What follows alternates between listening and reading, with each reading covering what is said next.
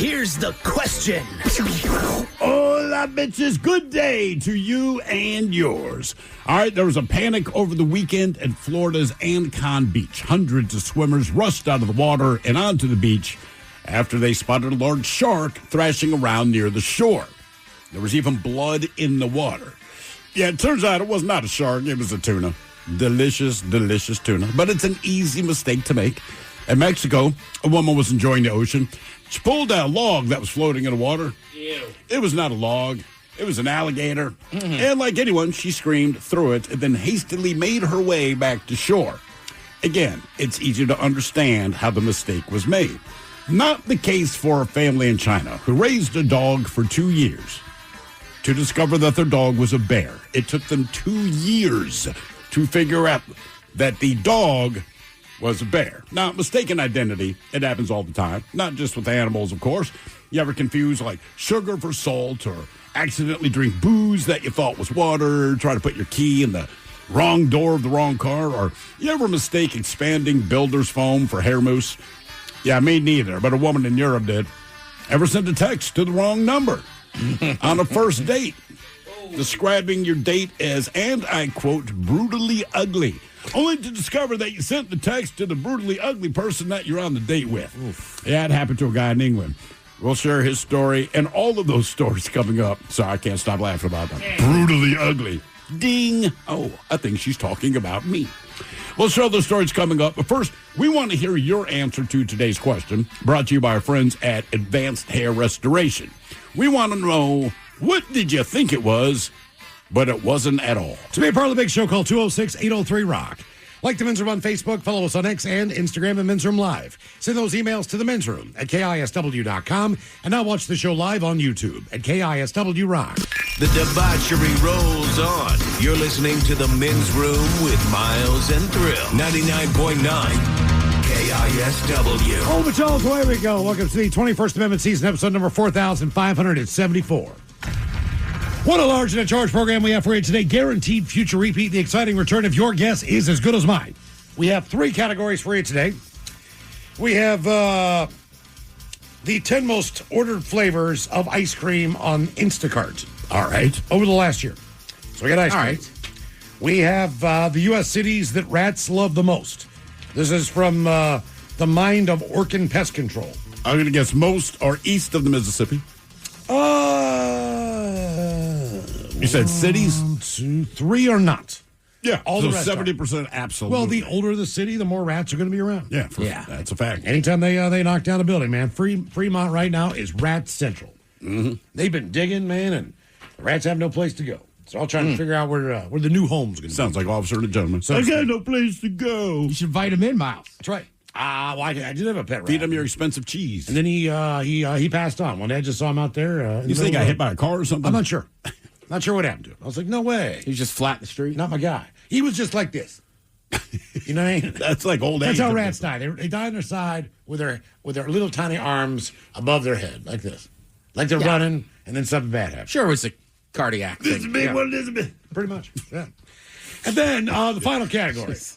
Okay, they ranked as the members of the Pro Football Hall of Fame went in over the weekend.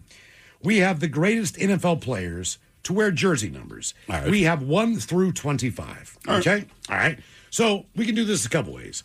I can set you up with a number. So, for example, we'll say number 12. All right? Tom Brady. Tom Brady's going to be the best player. Or Joe Namath. Or Aaron Rodgers, believe it or not. Sometimes number 12. No. Or Terry Bradshaw, who won 4 Super Bowls. He did. Or Roger Staubach. 12 used to be the go-to number of quarterbacks back in the day. But then you think of 13, right? Dan Marino. No Super Bowls. Can you think about who was the runner-up? Believe it or not. Guy, number 13. Guy played in the NFL forever. I don't believe he won. Did he win a Super Bowl? He won 1 Super Bowl. I think he lost 2. How long ago? Long enough to still be stocking shelves at a grocery store, Ted. Oh, Kurt Warner. Oh, yeah. Because didn't he lose 1 with the Cardinals, lose 1 with the Rams, and win 1 with the Rams? Yeah, I'm not mistaken. Right, he won the one with the Rams, and then they lost the next year to the Pats. And then lost with the Cardinals. Right, and Cardinals lost to the Steelers. Yeah. So we'll give you the number, and then you try to figure out who you believe is the best player to wear that number that's played the game in the NFL. All right. If that's the category that you pick. On your guess is as good as mine coming up for you. At 4:30. By the way, Ted Smith is back in the house. Woo! Irish Ted. Irish Ted's back. Hey, how you getting on? As far as your countries you've traveled to, how do you rank Ireland? One. Number one? Easy one. Oh, wow. Seriously. Correct. Okay. All right, now, I had said that in my limited time there, in you Ireland. sold it bad, man. No, did. Ireland, I did not sell Ireland bad. Ireland was fantastic. I just said some of the people there look off, like maybe the water's tainted with radioactive waste or something. And Ted, you were there longer than I was, so Correct. you saw plenty more locals than I did. What is your general assessment of just the average look? Well, previously I'd only been to London, and then we were in Munich. So not as many beautiful women, but the ones that are beautiful are quite striking. Okay, what percent do you think that is? Is Steve right? Your hesitation says that I am. Well, I don't want to say anything bad because I had such a good time and I really love the people. That's You're not what he's very asking. diplomatic. That's not what he's asking. I understand. He's not asking that. I know you truly enjoyed your time there, man. And everyone I met was fantastic. A lot of them were very funny. It's just that when I was speaking to them, in my brain, I'm like, what happened in the womb? And how many people did this affect? Right. So Dublin, high percentage good looking people. Sure. But you get out west a little bit and like What happened? and Kerry. They they live in the country. Well, look, look, in the States, we say, ooh, that's a country girl. That's and exactly that's a right. positive Sometimes thing. when you Well, get outside sure. I mean, of I will say this, like, it's part of the song, but like I was telling Mike earlier, like, a lot of gingers. I mean, I still like my blondes, Sure. but like that song Galway Girl. When you're out there and there's like the black hair and the blue eyes, you're just like, oh, Yeah. Ooh, there's that.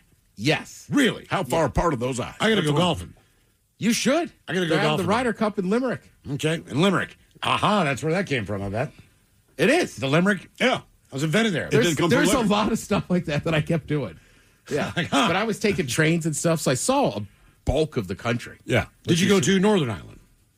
I did not. Our buddy Ron, that emails in from Belfast, he actually came down to spend a day with me in Dublin. Nice. Okay. And we did like a whiskey tour. We saw St. Patrick's. We went to Trinity College. How many different whiskeys? I drank a lot of Jameson, and then is it Teelings? Teelings, yeah. Yeah. So we went to their like distillery, which was really good. I, like a basic bitch, I got a frozen Irish coffee. What? Well, because we were like walking around, and he got a taste of like a fancy whiskey that I tried, but the frozen Irish coffee, top notch, fellas. I'm not Okay. above that. I would take that. Yeah. Yeah, but it was. I can't explain. Is this the best time of the year, summer-wise? Yes. Okay. So Yeah. you went there at the right time. It's right. So like Dublin's weather's a lot like ours. So I think if you go in Yeah. August or September, you're pretty good.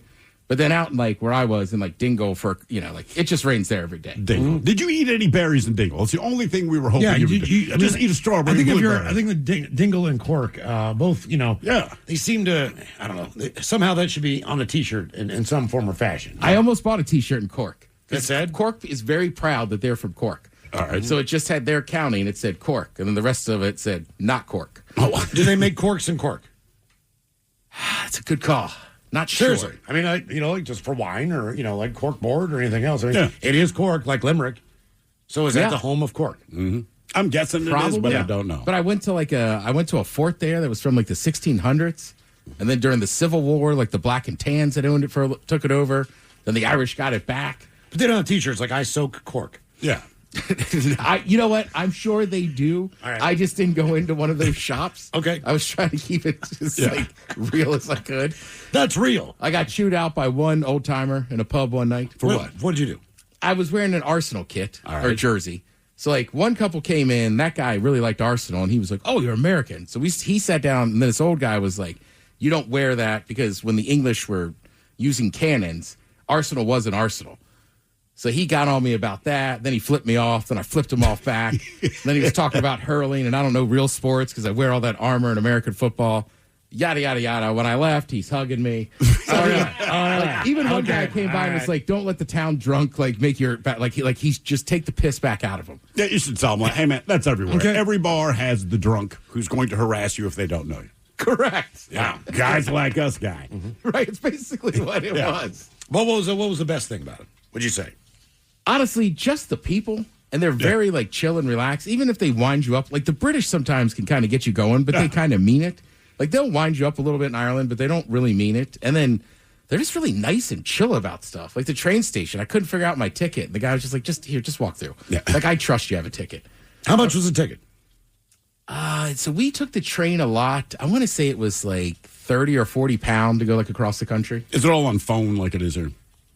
But they also, you can also just go in day of and buy a ticket. Okay, yeah. That would be my move. In Dublin at the Houston station, which is like their big train station, I was like, I didn't realize they don't have, it's not like Amtrak. They don't have like a bar car.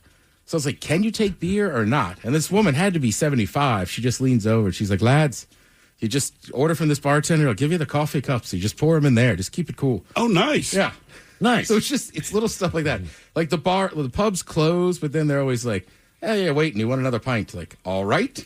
like I saw like one bar we were in, my buddy was DJ, and he got probably the fourth time. They were like, all right, seriously, it's done. Yeah. Okay. So like, there's rules, but they're does the bar close early?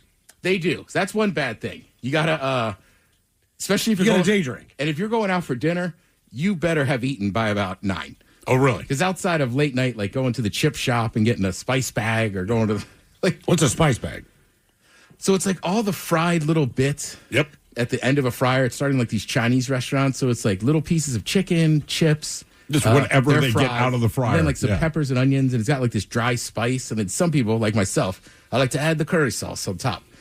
Okay. But the curry is so mild. I was telling Thrill, like, it's not a joke. Their food is very mild.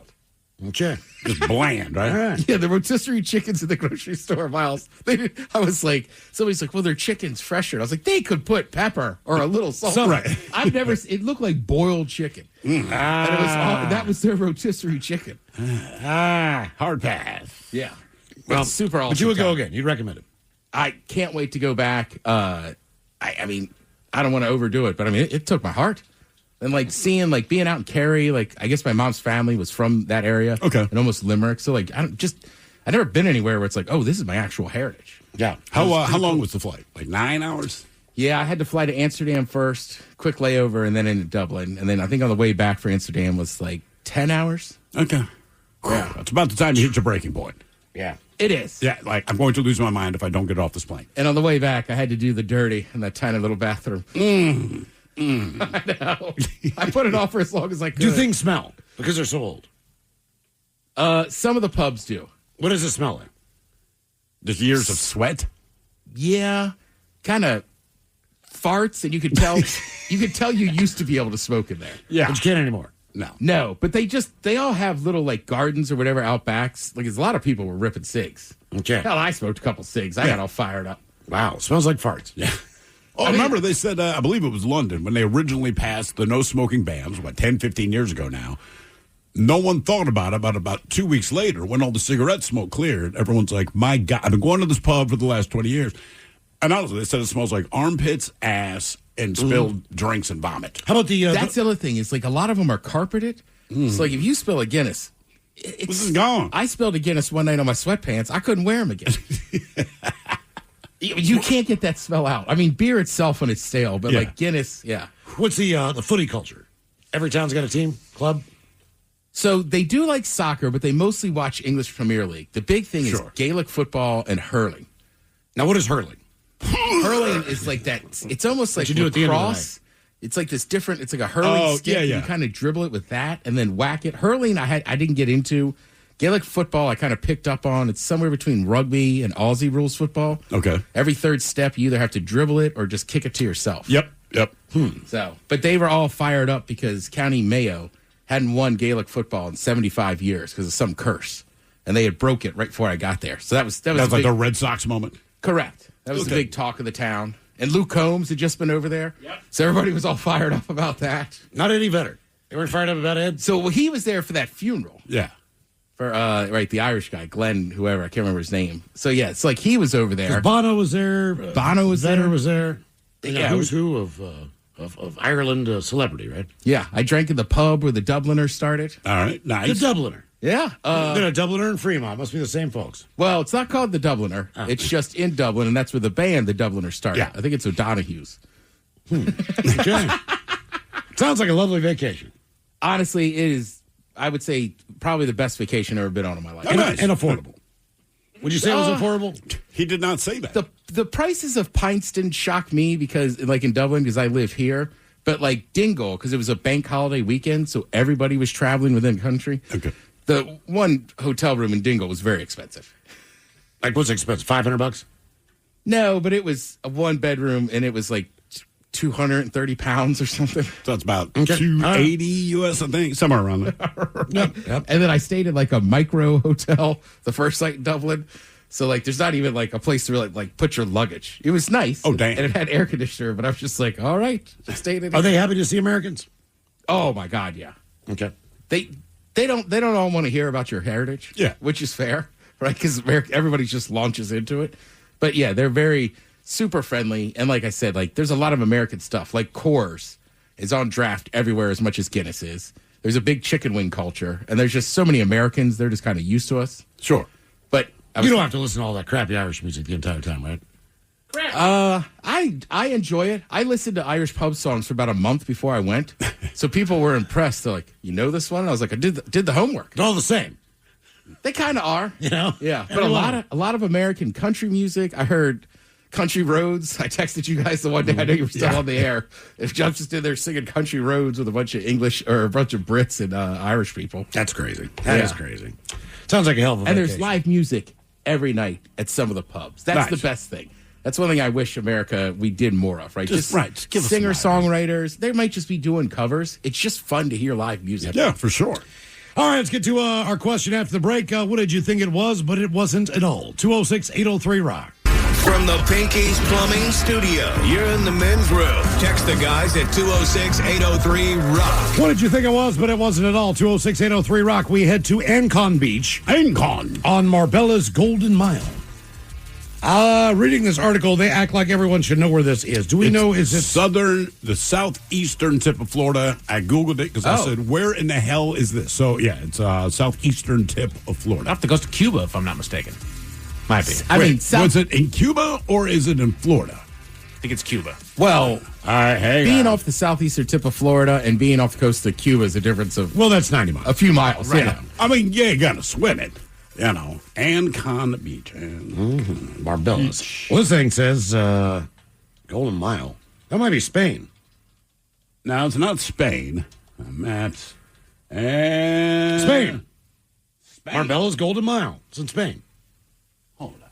Famous 3-mile stretch of luxury real estate, high-end restaurants, beachfront promenades in Spain. But I'm looking at the map here, and it shows Cuba, which makes Mike right. Okay. Either way, it's a beach. All right, yeah. It's a beach. And it's a on the beach. water. Okay. Something happened at the beach. Pack swimmers were seen racing to escape a shark, only to realize they were running from a giant tuna. Footage taken showed a huge fish thrashing around near the shore with a swimmer around. Now, from a distance, the fish appeared to be a shark, and a beachgoer was seen trying to outswim it in a panic. Others were seen running toward it, hoping to catch a glimpse of whatever was attacking this man. The fish turned out to be a 650-pound tuna. That's a big tuna. Which was thrashing around in the shallow water trying to get back out to sea as more and more people arrived. So I don't know why this thing was trying to beach itself. It wasn't trying to beach itself. According to the article, it had injured itself, like cut its gills or something. So there's blood in the water. It's in water that's too shallow for it. So it's thrashing in a panic, trying to get back to the deep ocean. But people had thought, because they saw the blood and the thrashing, that it had already snagged somebody. See, they believe the tuna had been injured either by fishing gear or a jet ski. Yeah. All right? So once it became clear it was harmless, I don't know if that's harmless or not. 650 pounds of Correct. a panicked animal that is not harmless. Beachgoers are said to have helped it return to deeper water using sunbeds and deck chairs to push it back out. The nationality of the swimmer who had a scare when he went for a dip was not clear. Camilo Orosa, a local, commented on the scene, said, "My God, if it were me, I would have S my pants, or rather my swimming trunks." Another said, "If I was that swimmer, I would have died from a heart attack. It looks like a shark." Have you guys seen the footage of this thing basically swimming right up on this dude? I saw some still. Thrashing around. Yeah. I would have thought it was a shark, too. I'm not going to lie. A British expat who runs a electric water sports and wellness company, said, "It was in so much distress. I went into the water to see if it was tangled in a net or maybe it had something inside, but nothing. It was huge, but very beautiful." Another social media user said the poor tuna must have had some kind of collision with a jet ski or a boat. Tuna being around is normal, and they tend to stay close to the coast. Sometimes they get mistaken for dolphins. If that tuna comes up on the beach like that, Yeah. I am not helping it back out. No, I'm definitely not. pulling it back up on the beach. It's a tuna. You're right. I'm watching it now.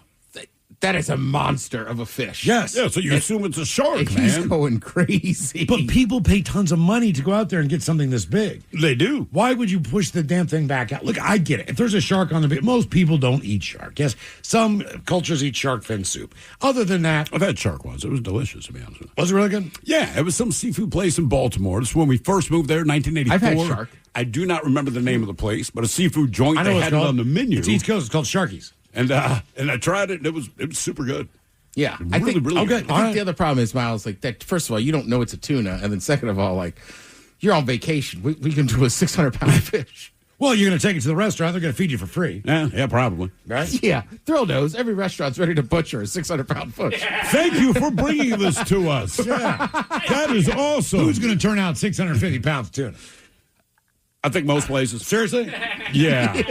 There's nobody out there taking 600. Come on. What do you think they do when they catch them on deep charter? If they're for a fisherman, they will take them.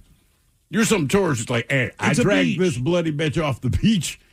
Hook me up. You're like, no, we're not doing that. Okay. Right? And then I think you probably need some type of license. Something. To just take a 600-pound tuna out of the ocean. Like, sir, was this thing dying on the You beach? didn't It do was. It came onto the beach. Sure. I'm not even fishing. I just pulled the bitch up on the shore. Yeah, I hear you. I hear you. 650 I mean, I see pounds where your of head's at. meat. I just don't. Yeah, I'm with those people. Once I realized it was a tuna, I would have helped put it back in the water. Would you? Oh, Would man. you have gone back out No, there? I'd have a fight with those guys. Like, we're pulling this thing in, man. I'm not messing with it. 650 pounds. Like, look, man, he lives, he dies. I don't know, circle of life, but that is a lot of weight, and it's panicking. I'm just not messing is. with it. Like, I'm not doing it. Didn't you have tuna the other night? I did. How was it? It was delicious. So you'd have pulled it up on shore. I would not have. You would not. Nope. Okay. All right. Yeah. I'm just saying. Yeah, I absolutely would not have. Okay. Now we go to Mexico. A woman got what she was sure to be the surprise of her life last Sunday while taking a dip in a peaceful lagoon. The water was calm and refreshing, and it seemed like a relaxing afternoon until it wasn't. While standing in waist-deep water, she felt what she thought was a piece of driftwood floating past her legs. So she reached down and grabbed it. But it wasn't wood. It was an alligator. In a desperate bid to save herself, the swimmer throws the alligator into the air. Then she scrambles toward shore, clearly terrified. She was terrified, and we're sure the young alligator was too. She'll probably never go in that water again, and we can't blame her one bit, No, I would not either. according to authorities. I would not either. As far as animals go, and I've told this before, just younger days, 20s, had 3 roommates at the time. We rented a house. Each had our own bedroom, and every night, I mean, we would just get hammered, go to bed. I had a mattress on the floor. And anyway, wake up the next morning, typical hangover. And between me and the door, because we would prank each other plenty, but between me and the door to get out of my bedroom, there is a Rottweiler that I do not know that is sleeping on the floor in my room, and my door is closed. So I'm laying in bed looking at this thing like, I don't know which one of my roommates put this in here, but it's not funny because I do not know this dog. And I don't know anyone, keep in mind, who owns a Rottweiler. And I know that any of us could have gotten drunk enough to drag some stray Rottweiler in here, but they put it in my room. So I laid in bed for almost an hour trying to figure out how do I want to approach this? Because the thing's asleep, and what I don't want to do is wake it up. And it's close enough to the door, or if I open the door, it's going to nudge this thing, it's going to wake up. And I don't know if I'm quick enough to get out of the door before this thing attacks me. So I'm pissed, but I'm dead quiet, and I'm just staring at this thing through bloodshot eyes. Very angry, and I'm trying to think of anything. Keep in mind, my bedroom's on the 3rd floor of this row home, so I'm like, well, I can't climb out the window. Then I'm like, could I reach? No, I'm not going to try to climb on the roof because if I fall, right, that's it for me. So I don't know what to do. So I'm just staring at this thing. And then I realize, like, its chest is not going up and down. I'm like, did they put a dead dog in my room? Which I don't know if that's worse or better, right? But again, because you don't put this, I'm living with Leon at the time. You're not going to put anything past anyone doing stuff like that. It was not a Rottweiler. It was my crumpled up black leather jacket that I had just slung over there the night before. But I laid in bed for an hour, very, very panicked about the situation. Like, it's my effing jacket. Damn. I was so annoyed by the time I came out of my bedroom. And then when they're like, what's wrong with you? I'm like, man, I thought my jacket was a dog. And all they do is look at me like, why would you think your jacket's a dog? I'm like, I don't know. I got it in my head that my jacket was a dog. I was convinced of this for an hour. Tony's like, you laid in bed for an hour, staring at your jacket, and you did not recognize that it was your jacket. You thought it was a Rottweiler. I was like, that is true. That's true. That was my situation. All right. I had one kind of like that. I was a teenager. Mm-hmm. Now, I'm going to sound really old here, but you got to keep in mind, we're so used to phones buzzing now. We're used to that sound. Yeah. I had acquired a pager. Right? Okay. I'm like 16 or 17, and I'm walking downstairs. I just hear this sound in our basement. Right.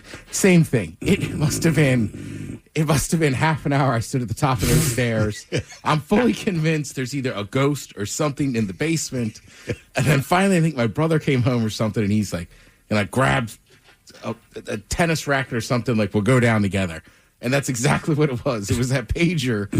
Right. So you told him, like, there's something in the basement. Correct. Right? I mean, because I was home alone, so I'm just like, I am terrified. But it just never dawned on me that it would just be a pager making a sound. But again, technology wasn't as big. So, Right. Yep. And I only had the thing for a couple weeks. But it's kind of like you. When it's over, you're like, I'm a dummy. I'm so stupid.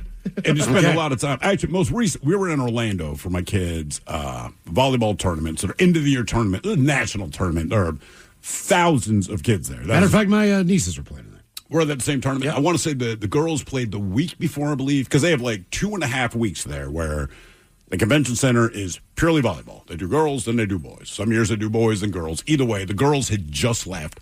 All the boys show up because everyone at the hotel is telling us. Because we're like, oh, man, sorry about the kids. And all of them said, look, boys are quieter than girls. Girls scream about everything. Oh, yeah. Boys are crazy and they make a lot of noise and they do dumb S, but they're quieter. So I was not with them at this point, but we had rented a Kia Carnival, which I was unfamiliar with, but it's a big-ass minivan. You can fit 8 people, including the driver. And we would trade off who drove the boys to and from the tournament just based on the day, right? And one of us is going to pick us up. The other one's going to order food. So when they get back to the hotel, we're ready to go. So our friend Kristen, she's going to go pick up the boys. We're like, cool. She's gone for longer than we thought she should have been gone. And when she gets back, there's just this expression on her face. You know, the thing where you're embarrassed even though nobody knows why kind of thing? You could just see it on her face. And she goes, look, I get the boys out of the convention center. And anyone familiar with teen boys, if they're close and they're all together, it's just a lot of noise. It's a lot of stuff, all right?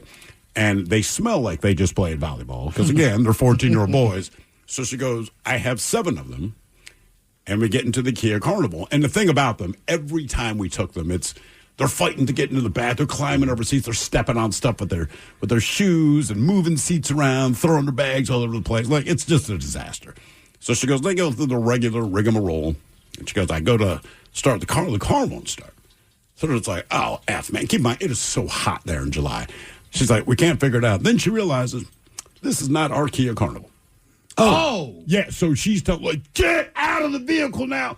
So the boys, Jesus, they all scramble out. And I'm like, well, what's the big deal? She goes, man, you know what the minivans look like after we drive them. She's like, I kind of just left it in that condition because I don't want to keep hanging out of this car trying to make it look right. Mm-hmm. So I'm like, so somebody went back to the Kia Carnival, opened the door, and she's like, they'll know someone's been in the vehicle, but it's not like anyone took anything. But like the radio's already been changed, the seats are all effed up, you know, there's fingerprints all over the windows. I'm like, Jesus Christ, I'm like, how long? I've had a similar She experience. said I was sitting there for like 10 minutes. We could not figure out why the car wouldn't, because the boys knew the car too. And so everyone's giving suggestions, they're looking crap up on their phones, like, we'll try this. And finally she's like, oh my God, this is the wrong car. Like, okay. Smooth, man. Happened to me when I was 18 years old. So, Ocean City, Maryland, very popular in the summertime. Me and 2 of my buddies, we have a friend who has been going there at this point in time, older brother of a friend, for 5 years. He gets a job all the time. So basically what he said was, you guys just rent a place.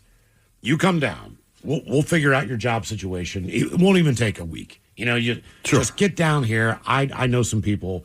You'll find a job, even if I wasn't here. So just rent the place. At this point in time, it's phone only. I take a number that he's got. This guy has a garage apartment behind his house. All right. So we get there. It's like a Saturday or Sunday, whenever we get into town. I can't remember when it was.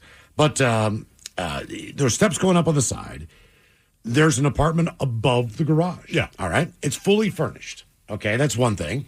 And there are 3 beds. Now, the only thing about this was it was kind of like a military style, one big room. Yeah. So there's a twin bed in one corner. There's a twin bed in the other. Okay. There's another twin bed. And then there's a couch and a little kitchen area. And And the shower was below the steps going up. Yeah. There's a TV in there. I mean, it's got everything you need for some 18-year-olds. And it was furnished. It was nice. Had air conditioning, the whole deal. We are unpacked. We are in there for about 12 hours, maybe. We spent the night. We woke up the next day. We went and started looking for jobs. We came back at noon. All right. There are people in our apartment. Okay. Oh, yeah. Oh, yeah. You see, the downstairs of the garage, where the garage door was, Yeah. that was what we rented. Oh. Now, we had unpacked. And the thing was, so the key to the upstairs door was also unlocked the key to the downstairs door on the garage. They were the same lock with the same key. So that the people upstairs, I don't know if they knew it or not, but they could open up our door. We can open up theirs. Because like, how did we get in here? Like, well, the key they gave us. How long did guys take you to figure out who had rented what, though? You have to remember, the upstairs apartment, very, very nice. The downstairs apartment, it is on a concrete slab because it is, in fact, a garage. Yeah. Yeah. There is a toilet in the corner, but it doesn't have, again, like a Pittsburgh toilet. It does not. It has a shower curtain that goes around it. Nice. All right. Okay, like a half shower curtain. Yeah. The sink is the sink. So the sink is the kitchen sink. It is the bathroom sink. Oh, God. Your shower's underneath the steps. How much was this place? It was like $150 each. Overpriced. Yeah, but it was still the beach, and Yeah. that was still expensive. Right, that was the point of going. Right. But the look on this woman's face when we opened the door, and I mean, she looked and she's like, "What are you doing?" And I'm like, "We live here." And she's like, "You do not live here. I promise." We eventually, obviously, had a wonderful time over the summer. Sure. You know, we became friends, all that. Older Were lady, they there the whole time you were there? She was a permanent resident. Oh, God. So she was a legitimately permanent lived there. resident. Her mother lived there, and her sister also lived with her. So there were 3 people living in that, and they all worked in the kitchens in different restaurants.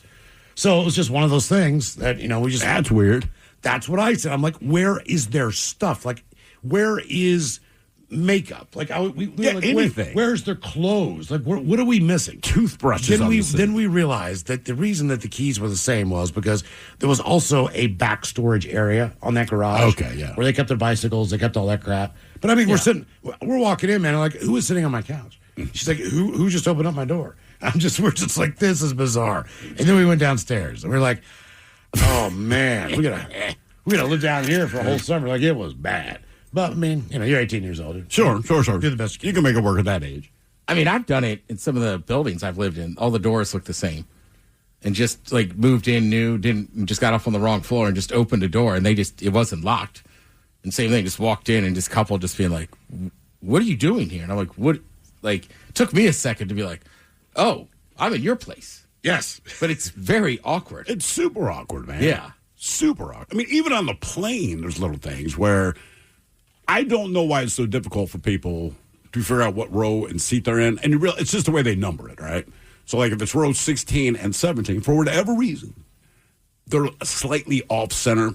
So, when my daughter and I were coming back from San Diego, there's just a family, and I'm like, "Hey, I think you're in our seats." And I'm being very nice about it. And immediately the dad looks at me like, "You might want to check your ticket." I'm like, "I got it in my hand. That's why I'm saying it, man." Then he looks up and, oh, my bad. I said, "It's cool." Happens all the time in the Paramount. It's fine, man. And I mean, but he felt like such a jackass just because he had attitude. But I think he had attitude not because of me. He just had a small kid with him. So I think he's already annoyed because deep down he wants to beat his kid to death. But you can't because you're on a plane. How was your first instinct not to at least just check your ticket? I think, when someone asked right. something? If because you did. You I were get looking at your phone that has your ticket, and then you compared it to the numbers that are up. I get why I'm you immediately do it. going to say, 17D, I'm going to try to check it with you.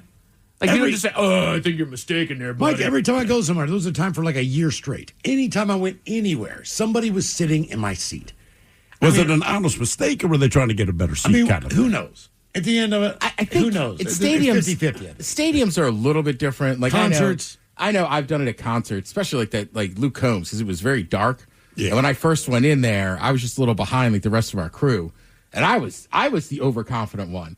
Yep. And I'm like pretty sure the guy's just like, and they're just like, no, man, like you're in the right row. You're just on the wrong side. Yep. And I look down and I see like everybody else like, yep, that's all me. I thought I did it at a hotel in Miami, man, just staggering back. And my wife even said, because it's at night, I'm going to go get a pack of smokes. The 7-Eleven is maybe 4 blocks away. Don't get lost. I'm like, How am I going to get how lost? stupid do you think I am, man? It's a straight line down the road. She just says, okay. Anyway, I go to get cigarettes. I get the cigarettes, no problem. I walk back to my hotel. We're on the 6th floor, I believe it was. Either the 5th or 6th floor. Either way, I get on the elevator. It stops at 4 or it stops at 5. I'm like, Okay. what the hell, man? So I get into a different elevator.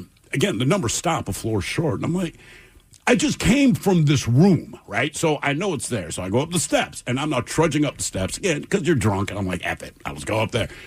It stops. I'm like, what? Finally go to the front desk. And I'm like, how do I get up to the 5th floor? Or how do I get up to the 6th floor? Whichever one it was. And the one behind the desk is like, we don't have a 5th floor or 6th floor, whichever. My response was, and this is an exact quote, "Oh, I think you do." Mm-hmm. Sir, can I see your room key? And very confidently I handed it to her. It's like, so you're at the wrong hotel. I'm like, oh, God damn it. I am so sorry, man. She's like, mm-hmm. I found here's the thing about Miami. In my defense, one, I'm hammered, but also everything where we were staying, they look the same. It's all that white Art Deco stuff. Yeah. And I swore I was at the right hotel. So when I get back to the hotel, my wife's like, what took so long, man? It's down the road. I said, okay, well, you told me not to get lost. I didn't really get lost. What did you do? I went to the wrong hotel entirely, and I flipped a woman attitude. She's like, you were so stupid. I said, right, I'm just going to bed now. Going to bed. What did you think it was? But it wasn't at all. 206-803-ROCK. 99.9 KISW. The shenanigans continue. This is the men's room with Miles and Thrill. They say there are some first dates that are merely awkward, and then there are those who become internet legends. A story off of Reddit is one of those timeless tales, a master class in cringeworthy moments and perfect payback that's making the rounds. Yeah. Man shared his experience on the platform, explaining it all started promisingly. He meets a woman on Match.com. After a few days of good conversation, they decide to meet up. Yeah. So, wanting to make a good impression, he books a table at a nice restaurant for a full sit-down dinner, rather than just a quick coffee. Sure. Now, from that moment they met, he sensed that something was off. You can just sense it. He said, I got a feeling early on that maybe didn't meet her expectations looks-wise. Did they not have pictures on Match.com? I know everyone does filters or whatever, but I feel like sometimes you can see through the filter to see the ugly. You know, you'll always look better, but still, you know. Well, he described her as somber at first, but noted she loosened up after several glasses of wine. Now, just as their main course ended, she excused herself to go to the bathroom. While she was gone, his phone buzzed. It was a text. The text was from her. It said she had obviously intended to send it to a friend, but in her haste, she sent it directly to her date. The message read, "This date is rubbish. He is brutally ugly, and I'm not having fun. Can you call me at about 5, and I'll pretend there's an emergency?" Stunned, the man decided to flip the script. Instead of confronting her, he flagged down the waiter, grabbed her coats, and calmly delivered an all-time great exit line. He says, "My wife has gone to the bathroom, and I just got a call from work. There's an emergency that I have to deal with. She has a credit card. She'll square up the bill." And with that, he walked out, leaving her to deal with the check and consequences of her accidental text. Ooh. I mean, it's a good move, but man, when someone says you're brutally ugly, Yeah. I'm right, getting you up. can I'm say- getting up and leaving. yeah, not my type. Don't find them attractive. You can live with all those things, right? And look, plenty of women have shot me down. I've never had someone say, "Listen, you seem like a nice enough guy, but you are, quote, brutally ugly." Like, that's never going to go away, man. I've never really messed up with my phone like that. Not that bad. I have Not in person. that bad. I have in person. Sure. But I've never messed up on a text or with a picture or with something. Oh, yeah. That was inappropriate. Still have not done that yet. I have. Have you? It will happen. Yeah. What was your scenario? Couple different ones. Like one was just the chick just was always late. All right. And I was texting my buddy, and I didn't realize they had flipped over. I just said, like in a shocker, she's late again. So she was kind of pissy about that. That's not the bad one. The bad one was like, I would just say a friend, and we were late night friends. All right. And she had the same name as somebody else on my phone. Oh, no. And sent kind of a little more aggressive than you up. And then when I got the reply, I was like, I am so sorry. Like, and I'm still friends with this person, and they're super cool. How descriptive were you about what it is you would Were like you to have speaking done? or were you showing in picture form? No. It was just text. But it was specific? Yeah. Just like, let's get down to business, Yeah. blah, blah, blah. They were very cool about it. They have never brought it up. She knows completely. I was like, that is not meant for you. And it was fine. But that took me probably a week over the embarrassment of like, oh my God, I am going to run into this person. Wouldn't it be better, though, if you just sent it to a dude? Because the dude would be like, I like you, buddy, but I'm not up for that. Right? You kind of go, Correct. all right, quick giggle. Yeah, you send it to a chick. Right. The best one is this involves my family. I was not there. All right. So my brother, my sister, and my mom will get together every year around Christmas to go down to the National Mall, see the tree. Sure. Blah, blah, blah. They always go to the bar and restaurant called the Irish Times, right? It's like tradition. My brother's going to get cottage pie, whatever. So they all go. The kids are a little bit younger. So, like, there's some things at dinner or whatever. So my sister, though, she's drinking the whole time. And the guy that makes the burgers, James, is there. Okay. With his wife and his new baby. So there's all this, like, noise and stuff. I can imagine how it's probably an annoying dinner, right? My niece and nephew were, 9 and 10. You know that age. Yeah. So my sister, though, when she gets home, just unleashes on my brother and bitching about my brother and his family. She thinks to James, but it's a group text. Oh. So then by the time my brother gets up, he just has a voicemail from my sister that's like, I'm so sorry, blah, blah, blah. And he's like, that's weird. Why would she leave me a voicemail? And then he looks at the text. And it's like, yeah, it was brutal. Like, I'm pretty sure she got uninvited to his Christmas that year. Oh, really? This was like 4 days before Christmas. Jesus. Yeah. Oh, wow. Well, it's one thing, too, to, like, make fun of your sibling. Sure. You can't go in on your sibling's spouse to that. Yeah. Right. That's kind of a stupid, no-no. Right? You can't. Right. No, She it's off went in. limits. Completely off limits. Correct. And I mean, like, let's be honest. You guys know my sister. You know how drunk she can get. Oh, yeah. She went in. Ooh. What did you think it was? But it wasn't at all. 206-803-ROCK. Your laugh makes the whole thing worthwhile. I mean, look, from 3,000 miles away, I thought the story was amazing. Like, I did feel bad for my brother and sister-in-law, but also... Well, he didn't tell her what she said, did he? He did not tell Amy. Okay. But he was... Okay. He's not stupid. He's not dumb, but he was just... Honestly, I think, he was that pissed. And truthfully, like, I think his feeling... Like, he was really, like, kind of hurt and be like, Jesus, man, this is what you really think? So, I mean, that took a while to kind of get over. We had a situation at the bar, probably about a year ago. My wife and I are at the bar, but we're both fairly social at this bar.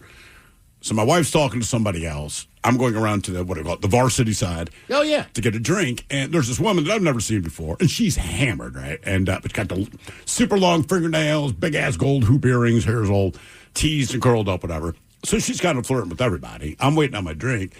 And so she starts flirting heavy with me, right? And I'm just being cool. I'm like, hey, man, what's going on? What's your name? And my name's blah, blah, blah. We go, whatever, waiting on my drink. Then my wife comes around, sits down next to me. And so the woman leans over, says something to my wife. And my wife's not jealous or anything. She knows, like, I don't want to be in this situation. I just want to get my drink. So my wife kind of leans over, and this girl basically, like, introduces herself to my wife, not knowing we're together, right? And my wife's just like, yeah, cool. And just kind of turns away. So this chick who's all drunk is just like, you know what? F that bitch, blah, blah, blah. I said, I'm going to let you in on a quick secret. She's like, what? That's my wife. The look on this woman's face, like, I'm sorry. I'm like, don't worry about it. I'm like, say it again, we're going to have an issue. Mm-hmm. Yeah. That's all. I mean, Why would she say that? Because she was drunk and she's trying to be super social, right? Oh, okay. And my wife recognizes that. I mean, she's hitting on everybody. Nothing special about me, but she's doing her thing. So my wife just kind of stayed out of it. That's why she's like, yeah, that's nice. And just kind of turned away. Sure. That was it. That's Jason, that is bitch. I'm like, oh, it's my wife. Oh, my God. I was like, I didn't say you're wrong. I just said you might not want to say that again or we're going to have a problem. She paid her tab and she left. Yeah. Yeah. That's what I'm saying. It's one thing to say something, but like you started about somebody's spouse. Like, well, the thing is, I wasn't even mad. She was just, because my wife goes, I didn't even do anything. I literally said, it's because you gave her the cold shoulder. Right, because you didn't And chat. she's in that state of mind. Don't worry about it. She's like, I'm not at first. I said, no, I get it, man. I said, Well, it's it was, all good. We had a conversation one day in the air. So the band that we're playing is also a band that is playing at a venue in town that night. All right. All right. Okay. We might have mentioned that the band is playing. And I think I went off on a tirade of just like, I don't understand how this band ever became popular. Well, who's the band? It's right now. Hang on, I'll just turn it off. Ready? Yeah. And just kill the mics. Yeah, ready? Just kill the mic. Mike, Miles. Yeah. Oh, that's fair. Okay. I know who it was. I know. Yeah. Which one? The second one. Oh, was. Yeah. Okay, yes. Yes. Yes, it was the second one. All right. So we find this out later. Oh, no. No, it's not sick. Okay, so then you asked me something. I was like, look, I just never got it. Like, I just don't get it. Like, look, everyone has their own taste in music. As a matter of fact, I just had a friend reach out to me and ask me to get tickets for this band as they're coming to town again. And the thing that disturbed me the most is she said they're my favorite band. Can you please hook me up? And I just lost a lot of respect from her because she said they were her favorite band. So obviously, people like this band. I just do not, right? Turns out they had the radio station on during sound check, right? Oh, yeah. On stage. I know exactly where we were, too. Because the guy, when we're doing this broadcast, we're broadcasting from a different location. I'll leave it at that. But when the band had walked in, I didn't really recognize the guy as being the singer from this band, but when he got a big smile and he waved to us. And we just waved back. And then I pieced together, oh, that must be the guy from this band. And they're, 80 feet away from us on stage? Oh, man, it was not good. Were we broadcasting from the event? Yes. Yeah, and yeah. the doors had, yes. Yeah, oh, the yeah, I doors remember hadn't that one. opened yet. Yep. And Miles is going off, man. Too soon. And the band is I had no literally idea. listening to us. I had no idea. I'm just trashing it. But I It was do just- think. Look. Everybody has their own individual taste in music. I was just expressing mine. But they're I- not terrible. People love them. They do wonderful things. But I do think this, Okay. because two of those guys specifically are very big fans of the show. I didn't know So that. I think that they thought that you were just ripping them. Yeah. Because there's no animosity. You know, Right. they're still smiling. And in my mind, I'm like, I don't think they knew that Miles was being serious. I think they thought that he was just ribbing them, so to speak. Oh man, I've had a The couple. dude had walked by us. I've had a couple of those, man. I was like, ooh, this is bad. So I had a pretty good buzz on the golf course, right? Yeah. I'm playing with this guy. Eventually, it gets to that point where you go, where do you work? Where do you live? What do you do? Blah blah blah. Yeah. He's like, I'm a guitarist, and I'm like, what band do you? And I thought he said Black Crows. I'm like, Black Crows. He's like, no, counting. I'm like, Counting Crows, like that crap Accidentally in Love. He just told you And he's that like, he's in the band. And he's like, yeah. And I'm like, oh, I'm sorry, Dave. Like I like. There's a lot of great music that you guys did. That song. Too late. That song just grates on me real bad. My bad. And he was just looking at me like, you got to be kidding me. And I'm sorry. I'm in this band. Who plays that crappy song? Accidentally in Love, that crap. That's you. Oh man. Oh, sorry. Because I thought he was kidding. He's like, no, I'm Dave Brenner. I'm the guitarist for him. Or is that what's his name? Dave? I think it's Brenner. Whatever his name is. So you thought the guy was joking? I thought he was kidding. That's awkward. Yeah. Oh, hey, but it looks good on you. No, seriously. Right, exactly. I'm sorry. That's tough. Yeah. But here's the problem with that. You can't walk away. You're playing 18, right? What So- hole were you on? Tell me this mean, is only like hole 9. 8. Yeah, 9. Oh, yeah. Yeah, so you got to Dave spend. Bryson, that's who I played with. Yeah, this guy. He's a good guy. Yeah. He's very nice. Of course you're gonna say something nice now. I just shouldn't have said, like, not that Accidentally in Love crap, right? He's like, Yeah. You couldn't pick a song you Also, liked. then he came back and said, you realize we made more money off of that song because of the Shrek 2 soundtrack than almost off of Round Here or any of that other Sure. crap they did? Not crap. You know what I'm saying? Not too late. Cat's out of the bag, brother. No. Go ahead. The genie ain't going back in the bottle. Get it out. Yeah. Let that hate flow. I did not mind the Counting Crows when they came out. You don't have to tell us. I just thought I was kidding. I didn't really think he was the guitarist in the band. So I did not know that. Even though He's a regular literally dude with just a golf hat on, just playing golf with me. my bad. He threw And it I was like, sorry. He literally Tell you just told which the band was. Well, I thought he said all I heard was crows. Like Black Crows. And he goes, no, counting. I'm like, counting like that accidentally in love crap? And he just gave me this look like, yeah, like the accidentally in love crap. Like I wrote the riff, dude. Yeah. It's like, my bad. Put a lot of time into that. What did you think it was, but it wasn't at all? 206-803-ROCK. But I like Shrek. Exactly. Shrek 2 is my favorite. Hello, Brock. Welcome to the men's room. Hola, bitches. Hola. So, Ted, that sounds like a great time. I'm glad you're back, but that had to be a life experience for you, yeah? Brock, it was unreal. I highly recommend everybody tries Ireland for a trip. My girl's going to Italy in a couple months, and I've actually never been out of the States because I'm a felon, but we'll see about that. All right. Wait, is she going to Italy without you? Yeah, she's going with her sisters, and she's complaining about it, like, daily because her sisters are making plans, and they're not getting along, and it's a whole thing. Dude, she can be around some of the hottest men on earth. I'm just throwing it out there. See, Ireland, you'd be very Yeah, comfortable. She's sitting right next to me right now, so thanks for giving her the idea. Oh, she knows. Trust me, she steps ahead of me on that. Hey, this story starts at Ted. So back in the day, there's a place in Ballard up in the Crown Hill area, and it was called Goofy's. Did you ever hit that dive Oh, bar? God, Oh, yeah. Goofy's was awesome, man. I love that bar. Yeah. That was my local place because I grew up down in Blue Ridge, just down the street. So it was All right. I can almost walk home from there. Goofy's, their slogan should have been a hard place to get kicked out of. I agree. Yeah, that's kind of what I like. I've been in there with some of my buddies back in the day. I don't know how they didn't throw us out. That's where I went after I went out drinking. I did get kicked out of there, though. I got kicked out because some guy sucker punched me because he thought I was somebody else, and I didn't even know the guy, and he thought all of a sudden I'm bleeding, and they go, "You got to leave." I said, "What do you mean? This guy just punched me." "Well, you're in a fight." I'm like, "Some guy just punched me. I didn't do it." So yeah, good time. But so I was a regular there for years, and one night I ended up getting so this is the 90s, the Budweiser commercial, "I love you, man." And it was that one guy, always, "I love you, man." So it was a life-size cutout of him. And it was actually the right height, so it looked like a person. And so I took it home with me. I got 2 roommates. I get home that night, all drunk, thinking funny, and I stick it in my one roommate's room that was asleep. And so he had no idea, and he kind of did the similar, like you, Thrill. He woke up in the morning, and he went, "Oh, my God," and, put the covers over his head and, hid for a minute, and then goes, "Oh, my God, who's in this room?" And he finally, and then I hear him yell, "Brock!" And so I did it to my other roommate. He was a fisherman, Arnie, in Alaska, and he's usually gone for a month. And I set it up in his room, so as soon as he walked in and turned on the light, it was going to be right in his face.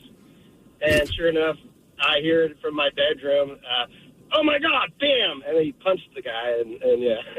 If you really want to freak people out, man, hide it behind the curtains in front of the window. Because then when you turn your lights off, it's just the silhouette. Yeah. It takes a lot longer to figure out it's not a real person. I had a 6-foot inflatable Godzilla. It freaked me out every time I'm walking. God, Jesus, man. Inflatable Godzilla. Yes. One of those things I got for free. I don't even like walking by Kayla's office during the day, and there's just that cutout of Ed Sheeran. That just showed up, and it's freaking me All out. right. I do my walks, and it's spooking me out every I have doggone not time. seen this yet. Well, you don't walk that walk. Act like you're running over to Castle's office during the break. Ed Sheeran. Ed Sheeran's in Yeah. her office. What did you think it was, but it wasn't at all? 206-803-ROCK. From the Pinky's Plumbing Studio, you're in the men's room.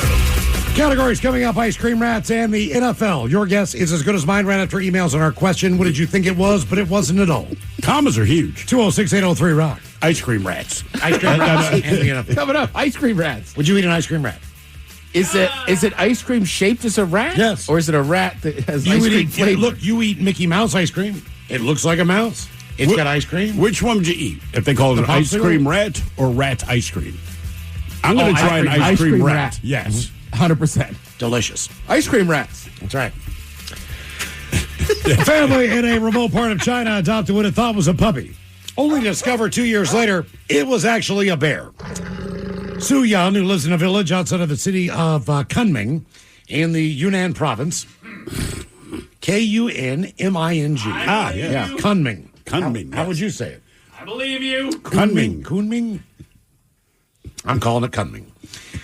But what she thought was a Tibetan Mastiff puppy. On vacation 2016, someone sold her this thing. All right, They sold it to her. That is a massive dog. It is. So they say. But 2 years. Huge dog, thick black and brown coat. Males can weigh as much as 150 pounds. The owner said she was immediately struck by her pooch's insatiable appetite, which had him wolfing down a box of fruits and 2 buckets of noodles daily. Wouldn't this dude normally just take a nap for 4 months? I mean, wouldn't that have been a tell? It's a good point, man. I mean, I don't care if you you call the vet like, dude, our dog just won't wake up. So you're telling me if you move the bear into the house, it's got no need to hibernate? If you're feeding it all the Well, time, and maybe you've- not. And you've raised it from a little baby bear. I don't know what you call Cub. it. Cub. Yeah, Jesus, Come on, man. stay there. Right, Chicago, man. So I imagine if you've been raising it since it was a cub, aka a baby bear, then maybe it just was like, I don't got to hibernate. There's plenty of food. But you also didn't think it's weird that your dog liked fruit so much? Maybe dogs in China are different. Yes. Speaking of Cubs, last time someone took my seats, Cubs game. Yeah. Had to go get an usher, Ted. Guy said, these are our season tickets. And I said, man, look at my phone. He's like, we're not moving. These are our season tickets. Go get the usher. Usher comes back. He's like, sir, you're in the wrong seats. And he points over, like, I don't know, 4 seats down. It's the whole row. He's behind a pillar. Those are your season tickets, He's buddy. behind a pillar. Yeah. Ass. You got let's bad see season here. tickets. Yeah. When the woman noticed the animal's unusual knack for walking on 2 legs, Okay. her bewilderment escalated to what they said was alarm.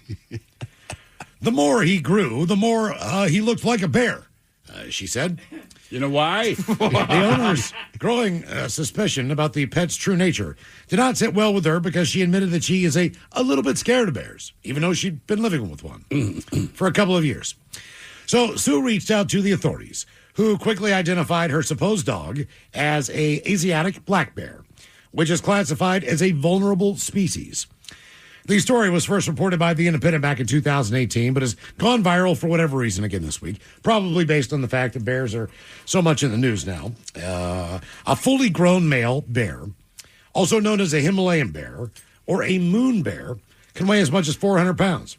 Jesus, I just pulled up a picture of it. Like, nothing about this looks like a dog.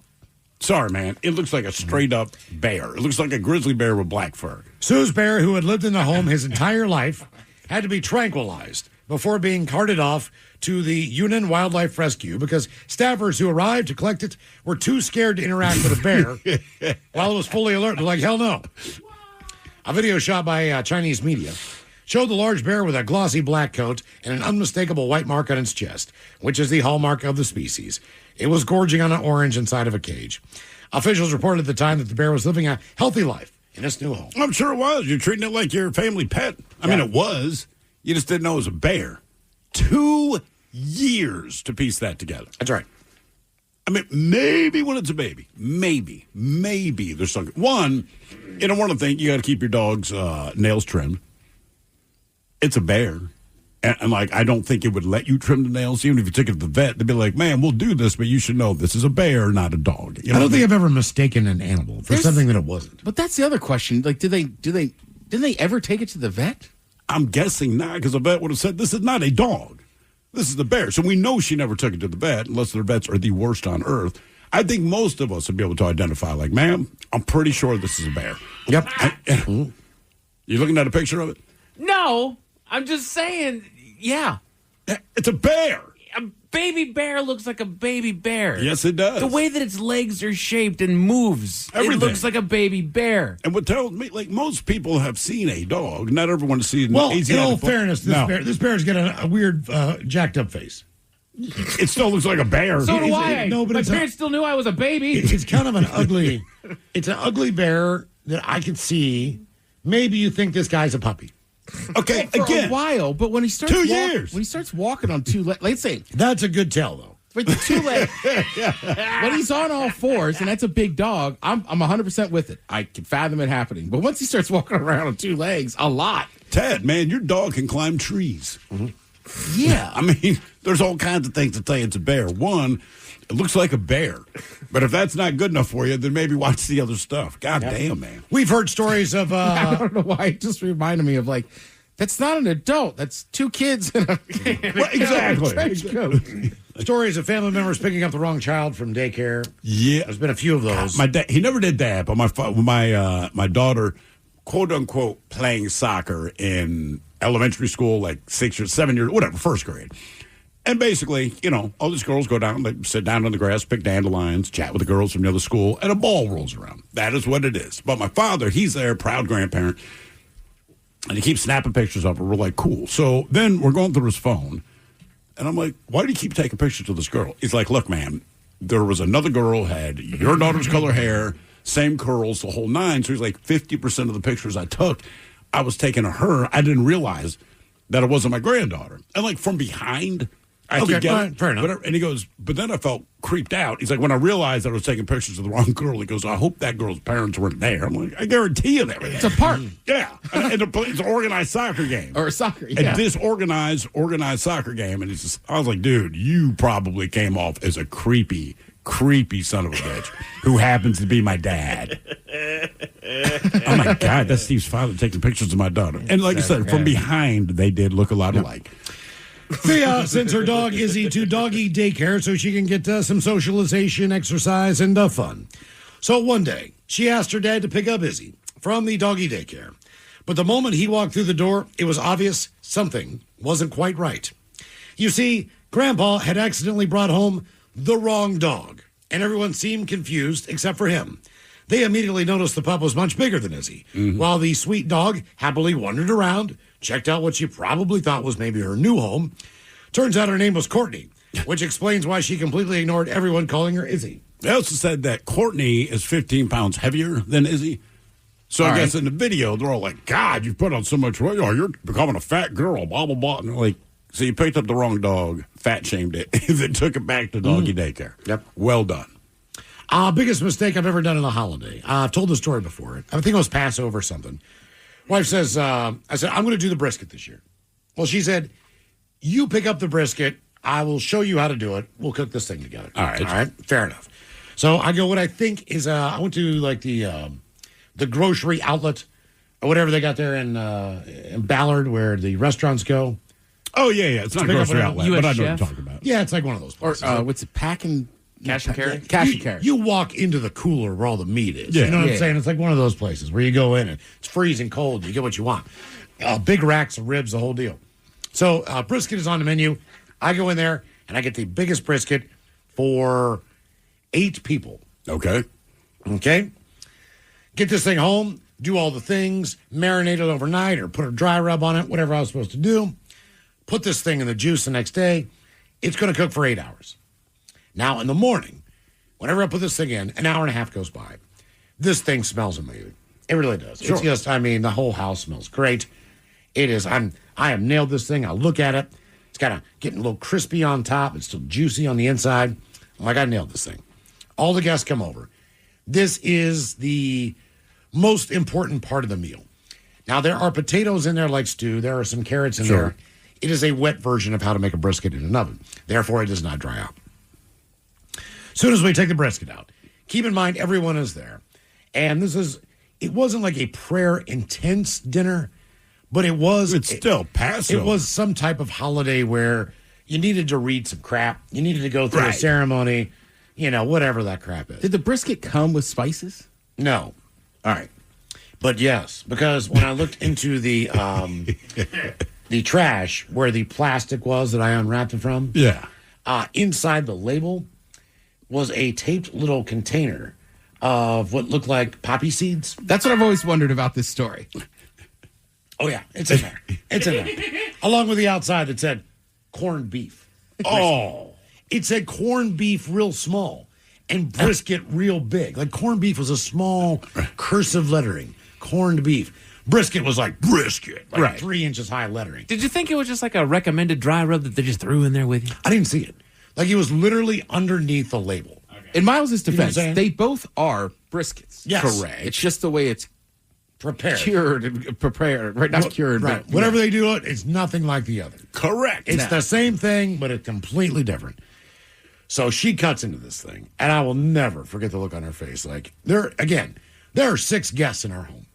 This is the main thing on the menu. Nothing else even. That's what everyone's waiting for. Right. Correct. Maybe you got a small bowl of matzo ball soup. Whatever. You know, like, this is what you want to eat. And it was completely ruined. So, it wasn't ruined. It was just the fact that it was corned beef cooked like brisket. That's not how you cook corned beef. There was nothing you could do to save this thing. So it was, in fact, ruined, yes. It was completely so it was ruined, too. It's just the flavor profiles don't match. You know, like, corned beef is supposed to be cooked like corned beef. Right. Not like a brisket in, like, a Russian dressing. All right? So they're all there, and I'm like, what are we going to do with this thing? And she's like, just throw it away. And I was like, oh, man. What is the response from the other 6 people? Because, again, Well, this they're is what bummed out waiting because, to eat. believe it or not, it still smells good. Yeah. Correct. The house smells great. So, but then I continue to cut it up like, man, maybe something's good here. It was not. It was. Was it ruined? I mean, was it edible? It just didn't work. Like the flavor thing. Like, I mean, would you ever pour milk on top of your steak? Yeah, that's a good point. I mean, whatever it was, it just Yeah, wasn't. it's just not. It just wasn't the right combo. You know what I'm saying? Like, I can't tell you. It didn't work. It's not what was supposed to go with the potatoes. It's not. It just sucked. So, I take the brisket and I got a chunk of it in my hand, and I stick it down the garbage disposal. With it, which fatty, Just fatty, throw it out. fatty. Within 30 seconds, you could smell the electric, you could smell the burn, and all of a sudden the thing went pop. Now I have an entire sink and disposal full of corned beef that will not go down. I have fried the disposal.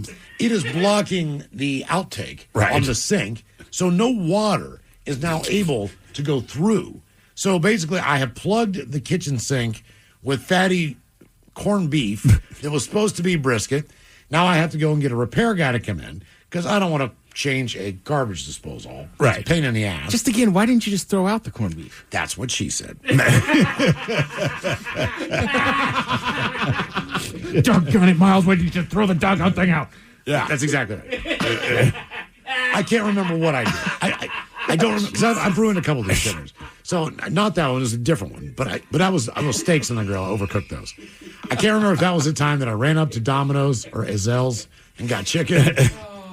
But I was trying to. I mean, I think I did. It was one of the two. Either went to Azel's or Domino's on 45th. They're right next door. Yeah. And picked up food and brought it back. So everybody's like sitting there like it's supposed to be this thing. So you're eating fried chicken on Passover. I mean, yeah. The traditional Jewish fried chicken dinner on Passover. I mean, as long as we're talking about mixing things up, it's not what you thought. Yeah. So again, people now say sheet cakes just in like the one you buy in the store. Yeah. But there is a specific recipe for Texas sheet cake. Okay. And it's only about that thick. It's super chocolatey, almost like fudgy. All right. So I was a kid. Somebody had made one, right? And I really liked it. And again, I love my mother. She is a great cook. She is not a baker. So the whole birthday party's going great or whatever, and she's all excited because I was excited. She serves this Texas sheet cake, and it is unedible because instead of either way, she had used 6 cups of cocoa. Ooh. Right. I don't know what it called for, Jeez. but she messed something Not up. bad. It was some 6 cups of cocoa. It was like when I was eating the cinnamon with Kid Rock. It seemed like you could see cocoa coming out of people's mouth. Right. Right. But same thing. It's just like, oh, it didn't ruin the party or the holiday, but it's like, it looks the right way, kind of like your brisket. Like, oh, well, it is Texas sheet cake. It just was wrong. This was also a $50 piece of meat. Yeah. This thing was not cheap. It would have been great as corned beef. If I would have made it as it should have been done with cabbage and with potatoes and with all the seasonings that were supposed to go in there, it would be delicious. I mean, if you like corned beef. The only time I really screwed up on food, I was at, it's local, and it may have been Serious Pie. I don't think it was Serious Pie, but one of these artisan pizza places, right? So I'm already not super happy to be there. Because when I want pizza, just give me the greasy pizza, not the guy that doesn't know how to make pizza, right? So, but we go to the place where the guy doesn't know how to make pizza, and every pizza is individual. You can't get like one big one for the table. Fine. So I figure out the one I'm most willing to eat, because I never just had like pepperoni sauce. I'm just always like, with the side of fine. This is the one I'll eat. So this lumpy, weird-ass shaped pizza comes out, and there is a little jar of Parmesan in the middle of the table, little spoon in it.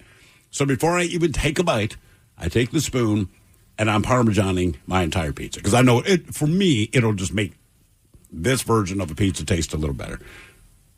We're still having a conversation. Nobody's saying anything. And I take a bite of my pizza, and this is the saltiest, worst piece of pizza I've ever had. And I make the comment, like, what is with all the salt on the pizza? The explanation was, we just watched you put it on there. I'm like, what? Like, you kept salting your pizza. I'm like, I thought that was Parmesan. They're like, okay, who has a jar of salt sitting on a table on a pizza plate? Right? There was like red pepper flakes, and then a jar of salt. I just assumed it was Parmesan. And because it's one of these hoity-toity wannabe pizza places, I figured they gave me the spoon because that's a hoity-toity wannabe pizza place, right? Like the rest of them. No idea that it was salt. And I swear, looking at it, like it looked like Parmesan. So I'm just putting it all over the pizza. I salted my whole pizza, ate none of it, other than the one bite. I'm like, I'm done. And just watched everyone else eat and enjoy their meal. And I'm like, this sucks, dude. Last couple of years, I've tried to smoke a turkey breast for Thanksgiving. You know, I've got the smoker out back. Cigarettes are so much easier, dude. But and I've really gotten into it. And the last year, 2 years ago, I did it really, really well. It came out exactly as I wanted it to. The skin was fantastic. The flavor profile was on point. So this last year, all right, don't worry, guys. I'm going to bring a smoked turkey to Thanksgiving dinner. Thank God they had but it was going to be a part of it. In addition to. Because the Thanksgiving that I was going to didn't have a whole lot of meat eaters at it, and so it was just going to be a couple of us that were going to enjoy that. Right? So it was going to be in addition to the prime rib that was already being made in there. So it was just going to be a little treat. So I get home this one point. I have been brining this turkey breast for the last however long, half the doggone day. I get home. Take it out. We're going to put it in the smoker. We're going to take the dog for a walk because it needs just a couple hours. It doesn't take a whole lot of time to smoke a turkey. So I go out there and I put it on the smoker. I get the smoker all fired up. And then the problem with these pellet-fed smokers is that it uses the pellets more to create the heat as opposed to actually smoking it if you don't do it right. And so I talked to the buddy that gave it to me, and he actually bought me this little cylindrical deal. And it sits about that long, and it's a cylinder, and then you can actually fill that full of the pellets that you're using to smoke it, light that on fire, and that'll just be natural smoke. It's just going to slowly smolder that, so you get a lot of that good natural smoky flavor in there, so you can actually cook it and get some good smoke on there. Cool, all right. So I have the biggest problem getting this thing started. I have no idea why. I've gotten it to work like once or twice. I can't get this frickin' thing to work anymore. Now, keep in mind, this is in the middle of November. Late November, early December, I think, is when we did it. I don't know exactly when I ended up doing this thing. But I put it out there, and I try to light it, but I have to keep lifting up the smoker to make sure that this thing is going, because every time I close that lid back down, I'll open it back up, and then it just hasn't burned. It just went out as soon as I closed the doggone lid. So I keep checking on this thing. I finally say, screw it. It'll get enough of a smoky flavor on there. I've got it on its lowest setting. It'll get some flavor, whatever. Let's walk the dog. We walk for about an hour. Get on back. I'm going to check this thing out, see how we're doing. Maybe we're an hour and a half in. I go down there, and the gauge is reading that there's no temperature on there. I've got a prong in the turkey, and it's saying that there's no temperature in there. I don't know what's going on. I lift the thing. It is ice freaking cold. For whatever reason, when I was opening that thing, it was on such a low setting that I extinguished the smoker pellets that were in there. So I've had a turkey that's been sitting in here for about an hour just thawing, hanging out inside of the doggone smoker. I immediately was like, turn on the oven. We're going to save this thing. It came out decent, not as great as I wanted it to. Well, it's problem. You tell people smoke turkey or deep fried turkey, then that's what they want. Right. So even if you rescued it and you just end up doing it in the oven, like, nothing wrong with the turkey. It's just not the turkey I wanted. Because you said it's going to be smoked. Yeah, and with smokers, too, like especially if you're going old school and like a Weber, somebody opens that thing, it basically will ruin the temperature in whatever you're cooking. Yes. Your guess is as good as mine. Cut of the categories include ice cream rats and the NFL. And we got your emails on the way next to the men's room at KISW.com. 99.9 KISW. We return to the men's room with Miles and Thrill. Your guess is as good as mine. Coming up, but first time for a few emails to the men's room at KISW.com.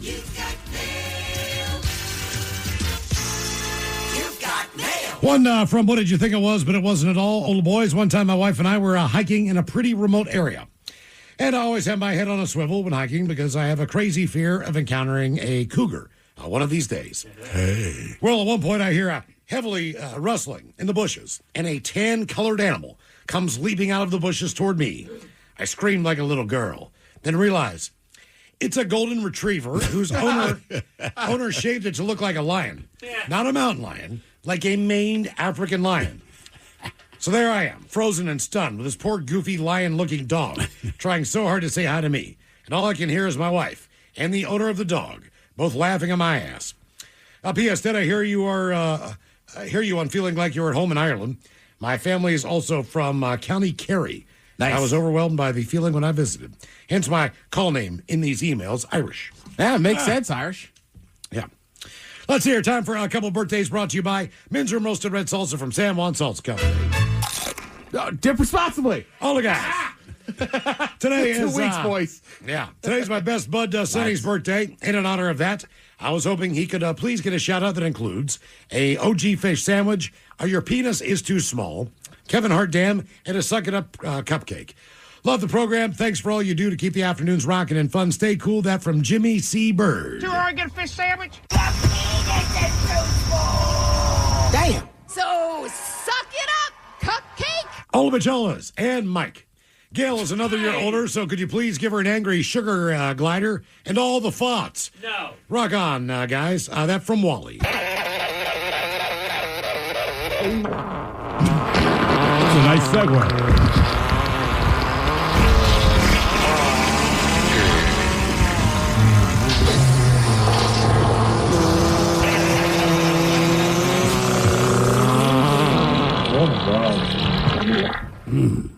That sugar glider is frightening. It sounds like somebody's laughing at you. Charles, I'd like to give my husband Jesse a birthday shout out for his birthday today. How about Coach Ted giving him a pep talk about turning 50? Remind him that Michael Land will always be his younger hot wife no matter how old he gets. Thank you guys and happy Monday. All right, happy birthday, Jesse. Turning 50, right? Like, look, back in the day, and when Coach was younger, that used to be a big deal. Now 50, I'd say it's even with the hill. It's not over the hill. People in their 50s to do 40, and honestly, man, I know so many people in the 50s living their best life now. Get out there and enjoy it, and she will always be younger and hotter, so. What are you going to be, 46 this year? Correct. 46. Yeah, you're getting close. I'm on the downside. I know you yeah. Staring at 50. Yep. Hopefully, I'll plan a trip and there won't be a worldwide pandemic. We'll see what happens. Don't plan a trip yet. Yeah. Gentlemen, my mom Wendy is turning the big 6'9" today, also pronounced 60 noise. Yeah, noise. Can I please have the dirty Germans tell her how she should celebrate this monumental birthday? She loves her wine, so I'm sure that'll be part of the celebration. Also, could Coach Ted hype her up for her last year in her 60s? She deserves a day just as amazing as she is. Thanks, guys. That from Emily in University Place. Yeah, first of all, it should not be University Place, it should be University Face, because I think you should celebrate your birthday by celebrating the number it is 60 noise. Yeah. So that also means you could university place certain parts of your body. Yeah. Say. Yeah, it's been like a face hugger now. Yeah, it's just a new yin and the yang. I mean, first of all, you're 69 today, which is just awesome. And also, like, I don't know, maybe when you get 70, there's stuff you can't do. You got to be like, well, I can't do that, I'm 70. I say this year, you go out every night, every day, attack life with passion, and you tell everybody, hey, I'm 69. What do you want me to do about it? What is the realistic percentage of that happening? Of what? Of that happening on your birthday at that age? Oh. What is the number? I turn that age. What is the chance? For you, whatever you're willing What to pay is the for. universal number? 50-50. If you're a woman and you're horny, you will get laid. All you have to do is say so.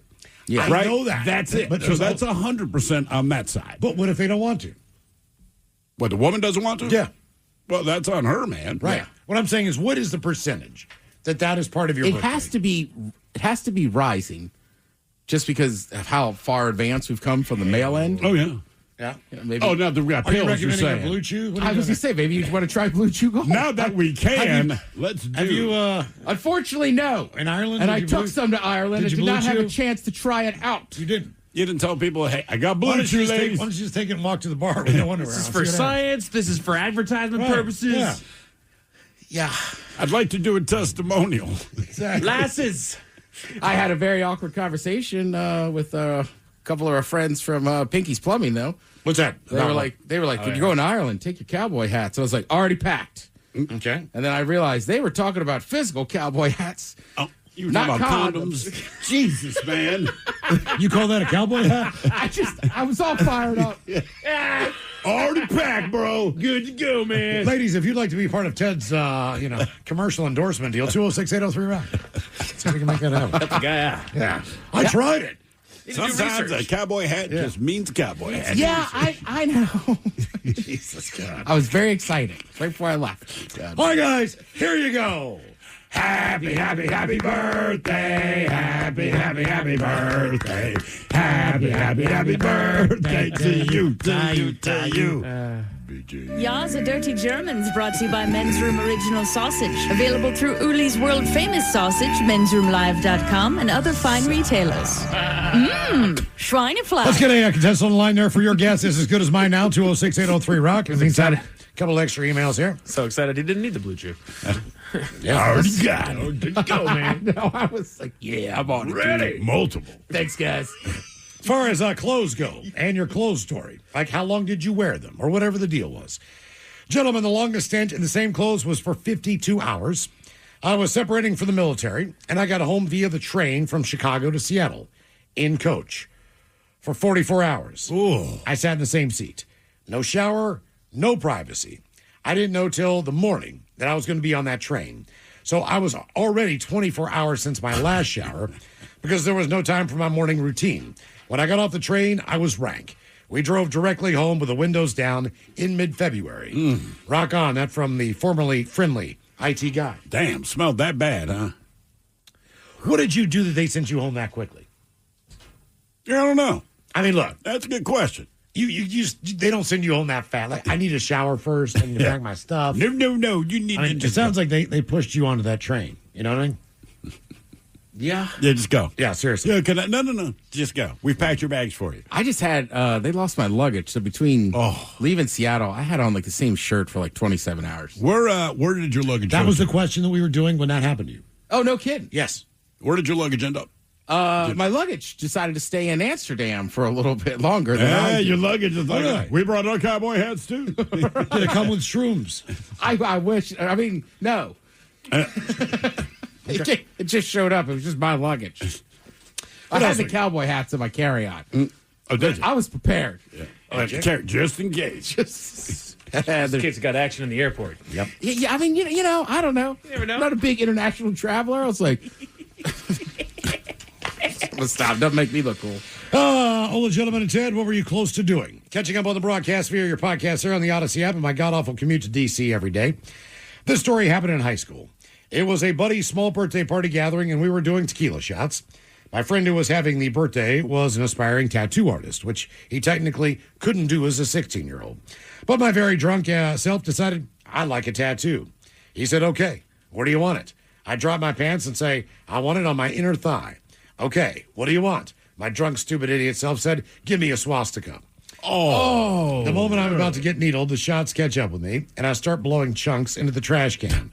At that moment, with my head in the trash can, my pants around my ankles, and my buddy on his knees, his older brother walks in from work, puts his hands up and says he doesn't want to know. But thank God it didn't happen, because who knows what would happen with my security clearances. Let me know whenever you guys get back in the DMV area. That from Mitch the Piano Man. Look, man, most tattoo guys will try to talk you out of bad decisions if they know it's a bad decision. Swastika being one. But one of the guys that does my tattoos, he's like, man, the younger you are in the game, the worse the clients are you have, right? So he's like, I get this guy that comes in, like this big dude. And he's like, I want an Oakland Raiders logo tattoo. Like, cool. Not the first time I've done that. Where do you want it? Want it on my forehead. He said, bro, are you sure? The guy's like, I'm 100% certain. So he goes, I go to basically like put the decal on, the thing they're going to outline. And he's like, no, off center. So he's like, okay, I just want to make sure I'm hearing this right. You want this logo on your head? Yeah. But you don't want it centered? No. I'm like, did you do it? He goes, yeah, that's what the guy wanted. I'm like, do you think he regrets it? By now, yes. But wow, that's what the guy wanted. How bad would that hurt? Believe it or not, your head doesn't hurt too bad. All right. Depending where they go. But it's still a bad decision. Yeah. Well, yeah. I mean, that was his point. Yeah. Time for Low Your Guess is as good as mine. It's an easy game to play. We're going to contest. At Easy Cater, we believe every workday gets better with great food. Like that morning status meeting. Always better with bagels. And don't forget the coffee. Ops team working late? How about some Power Bowls to keep them going strong? Sandy's celebrating 10 years at the company. This calls for cupcakes. With EasyCater, you get a huge variety of favorite restaurants with tools to help meet dietary needs and stay on budget, all on one platform. So make every workday better with EasyCater. Start an order at easycater.com. Listen in the line, you pick from one of 3 categories today, and then try to get as many right in said category before 3 strikes, and you're out. Steve, who's ready to play? Your guess is as good as mine. Hello, Mike. Welcome to the men's room. Hola. Hola. Mike, welcome to the show. Your categories today. We have, according to Instacart, the 10 most ordered flavors of ice cream over the past year. Okay? Then we have the cities in the United States, according to Orkin Pest Control, that rats love the most. The next up, Mike, is kind of a different way of doing the category. But basically, we have the greatest players in NFL history to wear every jersey number. Now we go from jersey number 1 to jersey number 25. Mike, we can do this one of 2 ways. If you would like to take a stab at who you believe would be the most popular, best player of all time to ever wear that number, you give me the number, all right? And then we'll see if you're right. If you are correct, you get the answer right. If you get the runner-up, you get the answer right as well. So what category do you want to go with? Let's go with ice cream. Ice cream. Ice cream. Right, Ice cream rats. last month about this time, it was National Ice Cream Day. And ice cream, if you love it, it's something you probably need to have every week. Instagram has just released some ice cream sales data, and they would like to go through every state's number 1 flavor, but that would, they say, take too long. It's all the same. The most ordered ice cream everywhere in the country is vanilla. So go figure. Okay, so we do have the 10 most popular ice cream flavors according to people that order on Instacart. So, Mike, what is your first guess there? And your guess is as good as mine. Let's say mint chocolate chip. Mint chocolate chip. Mike Hawk's favorite, number 7. Love me some frozen toothpaste. There are 2, I guess, half gallons of it in my freezer right now. You don't like it? I think it's, man, I like it. It's not my go-to, but whenever I have it, I'm like, you know what, man? Mine neither. This is pretty good ice cream. Now, I wanted chocolate ice cream. There was 1 scoop left, so I had to mix it up with the rest of the strawberry ice cream that I did not know that we had. Clearly, my daughters. Sorry, babe, I took the rest of it. And then the other 2 were mint chocolate chip. Do you prefer the white version of that or the green ice cream version of the mint chocolate chip ice cream? As an adult, I like the white. When I was a kid, I wanted the green. Okay. All right, Mike, you're Because one the for green one. says artificial. You got number 7. What's your next guess? Let's say, let's go with good old-fashioned vanilla. Good old-fashioned vanilla is 21% of all the orders on Instacart. It is the most ordered ice cream, according to them. Then why do we always insult vanilla? Vanilla It's is vanilla, the but most it turns universal. out everyone likes it. It's the base for every milkshake you want to make. Sure. It can be used in a sundae. It can be used in a float. And then it should be a compliment. Banana Like, split. you're versatile. Like, Mike, you're vanilla. And what we're saying, you're a jack of all trades. Right. But when I say that, that's not what I mean. It's kind of like cheese pizza. It's like it could be some people's favorite, but for the most part, if there's a pizza party, it's going to show up. Okay. And it's great. And when you have it, you're like, you know what? This is really good. Yeah. Okay. Mike, you're 2 for 2. You've got vanilla correct, and you've got mint chocolate chip. All right, let's go chocolate. Chocolate's number 2. 7.9% of all orders on Instacart are, in fact, chocolate ice cream. That's 3 for 3, man. Mint chocolate chip, chocolate, and vanilla. All right, let's see. Let's go with Rocky Road. Rocky Road. Not on the list. I wonder, What? since people are ordering at home, is there going to be specific flavors from like Ben and Jerry's or something? You know what? Not really. Most of these they're the basics. Couple on here, I'm like, why in the hell would you Oh, order bro, that? cookie dough. That's what I'm thinking. Yeah. That's a good one. Good one. Let's go cookie dough. Cookie dough's number 3. 7% of all orders on Instacart, cookie dough ice cream. There's another on here that does involve cookies. Cookies and cream. Cookies and cream. Number 4. That is one of the best ice creams. It is. It really is. Yeah. And I'm not even a huge Oreo guy. But the ice cream, somehow, in yeah. that situation, it's good. Okay. You've got vanilla correct at number 1, followed by chocolate, cookie dough, cookies and cream, and mint chocolate chip. You are halfway to home with 1 strike against you. Let's see here. Man. What about just chocolate look, chip? look, You look, said mint yeah. chocolate chip. You got to think chocolate chips on there. Yeah, go basics. Don't go anything crazy. Just go for the basic Yeah. stuff right now. You got 2 of a 3-part series. Let's go, chocolate chip. Not on this. Oh, I'm going to stop talking now. I mean, I know it's a little more exotic, but what about pistachio? Wow, that's very I was exotic. thinking pistachio. That's very exotic. I remember Stay Plain. I would think like a strawberry. Yeah, you know what? Good call. Miles did say stay plain. Stay plain, Let's go pony strawberry. boy. Strawberry. You saying strawberry, Mike? Yes, sir. Number 9. All right. There is one fruit remaining. All right. One fruit ice cream. And then the other 3. I like all 3 of these. It's kind of a toss-up. The only fruit, cherry? Ew, man. That's what I would think. People Could like. be. My dad used to house cherry ice cream. Yeah, but your dad was weird.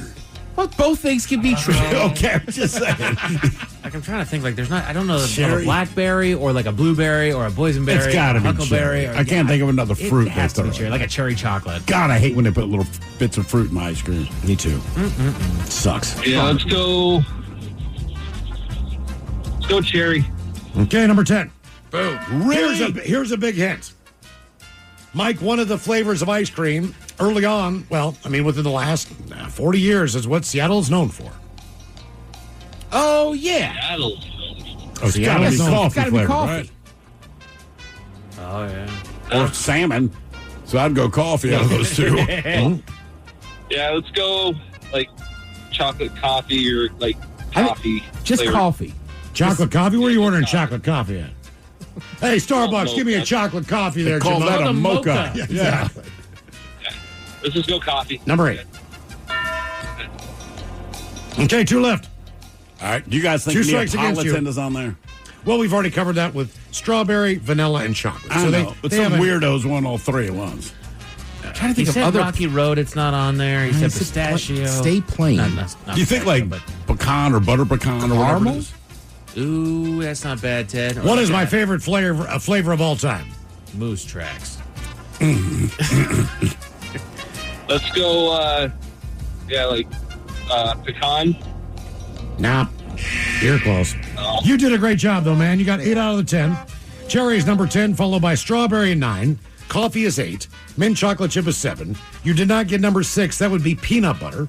Ooh, all right. And 5, chocolate fudge brownie. Okay. Then All right. 4, cookies and cream, cookie dough, chocolate, and vanilla number 1. Now, the favorite order on Instacart, by the way. You guys have an idea? Ice cream. The favorite pizza. Oh, favorite pizza. order. I would go pepperoni. Yeah, pepperoni. Believe it or not, plain cheese. Really? Favorite pie on Instacart. Apple. Cheesecake. Apple, correct. Favorite drink. Coke. Water. Huh. Favorite soup. Chicken noodle. Clam Chicken chowder. noodle. Some more that they asked, just for the sake of asking. What are people's favorite color? Color? Color. Red. Blue. White. Uh-huh. What is that, America? What do people in the There. survey also say their favorite band is? It's going to kill you, Ted. Oh, no. Oh, no. Favorite band? Favorite band. And Ted apparently does not like them. And I don't like them? Well, I mean, I don't think they're your favorite. Is it country or It is kind of is. Country rock? Country rock. Leonard Skinner. Close, the Eagles. Oh. Your favorite candle scent? What's the one you like? Lavender. Oh, like Christmas tree or something? It's fresh air, according Fresh to air. Yeah, that's what I have in mind right Wait, now. there's a candle called Fresh Air. Oh, yeah. Yeah, when you light it, it smells like the air in your room. What they have? I mean, You can't even smell It it. smells better than the air. Coming up at 508, we'll drink and toast with a shot of the day. You are listening to the Men's Room. All right, coming up here at 508, we'll drink and toast with a shot of the day. And we do have your headlines on the way at 550. But first, quick check in with Mike Hawk and some of the stories and headlines he is not working on. Well, thank you, Miles. The New York Metro Transit Authority are exploring a new way to turn the excess heat from the subway system into energy and heat for the city. Uh-huh. And 1 or 2 words. Smell it. Yeah, I'm sure that's right. I'm sure everyone's like, ooh, the rarefied air of the subway. Yes, I know they'll filter it and all the rest of that, but look, if it works, good for them. I got a sneaking hunch that that's being brought into the conversation as well as like, okay, yeah, we're warm. Can we not smell it? I think that's the only concern anyone has. Yeah. Right? Because there's other cities and other countries that already do that, so it's not some groundbreaking thought process, but it's just New York City subway has such a horrible stereotype. Sure. Obviously, they're not just going to pump urine-filled rat feces directly I was into going your to say, home. yeah, even with the urine and stuff, then also sometimes there's just stuff you can't help, right? Like some people have just been working all day and it's summertime. Now you're just sweating your ass off in that train.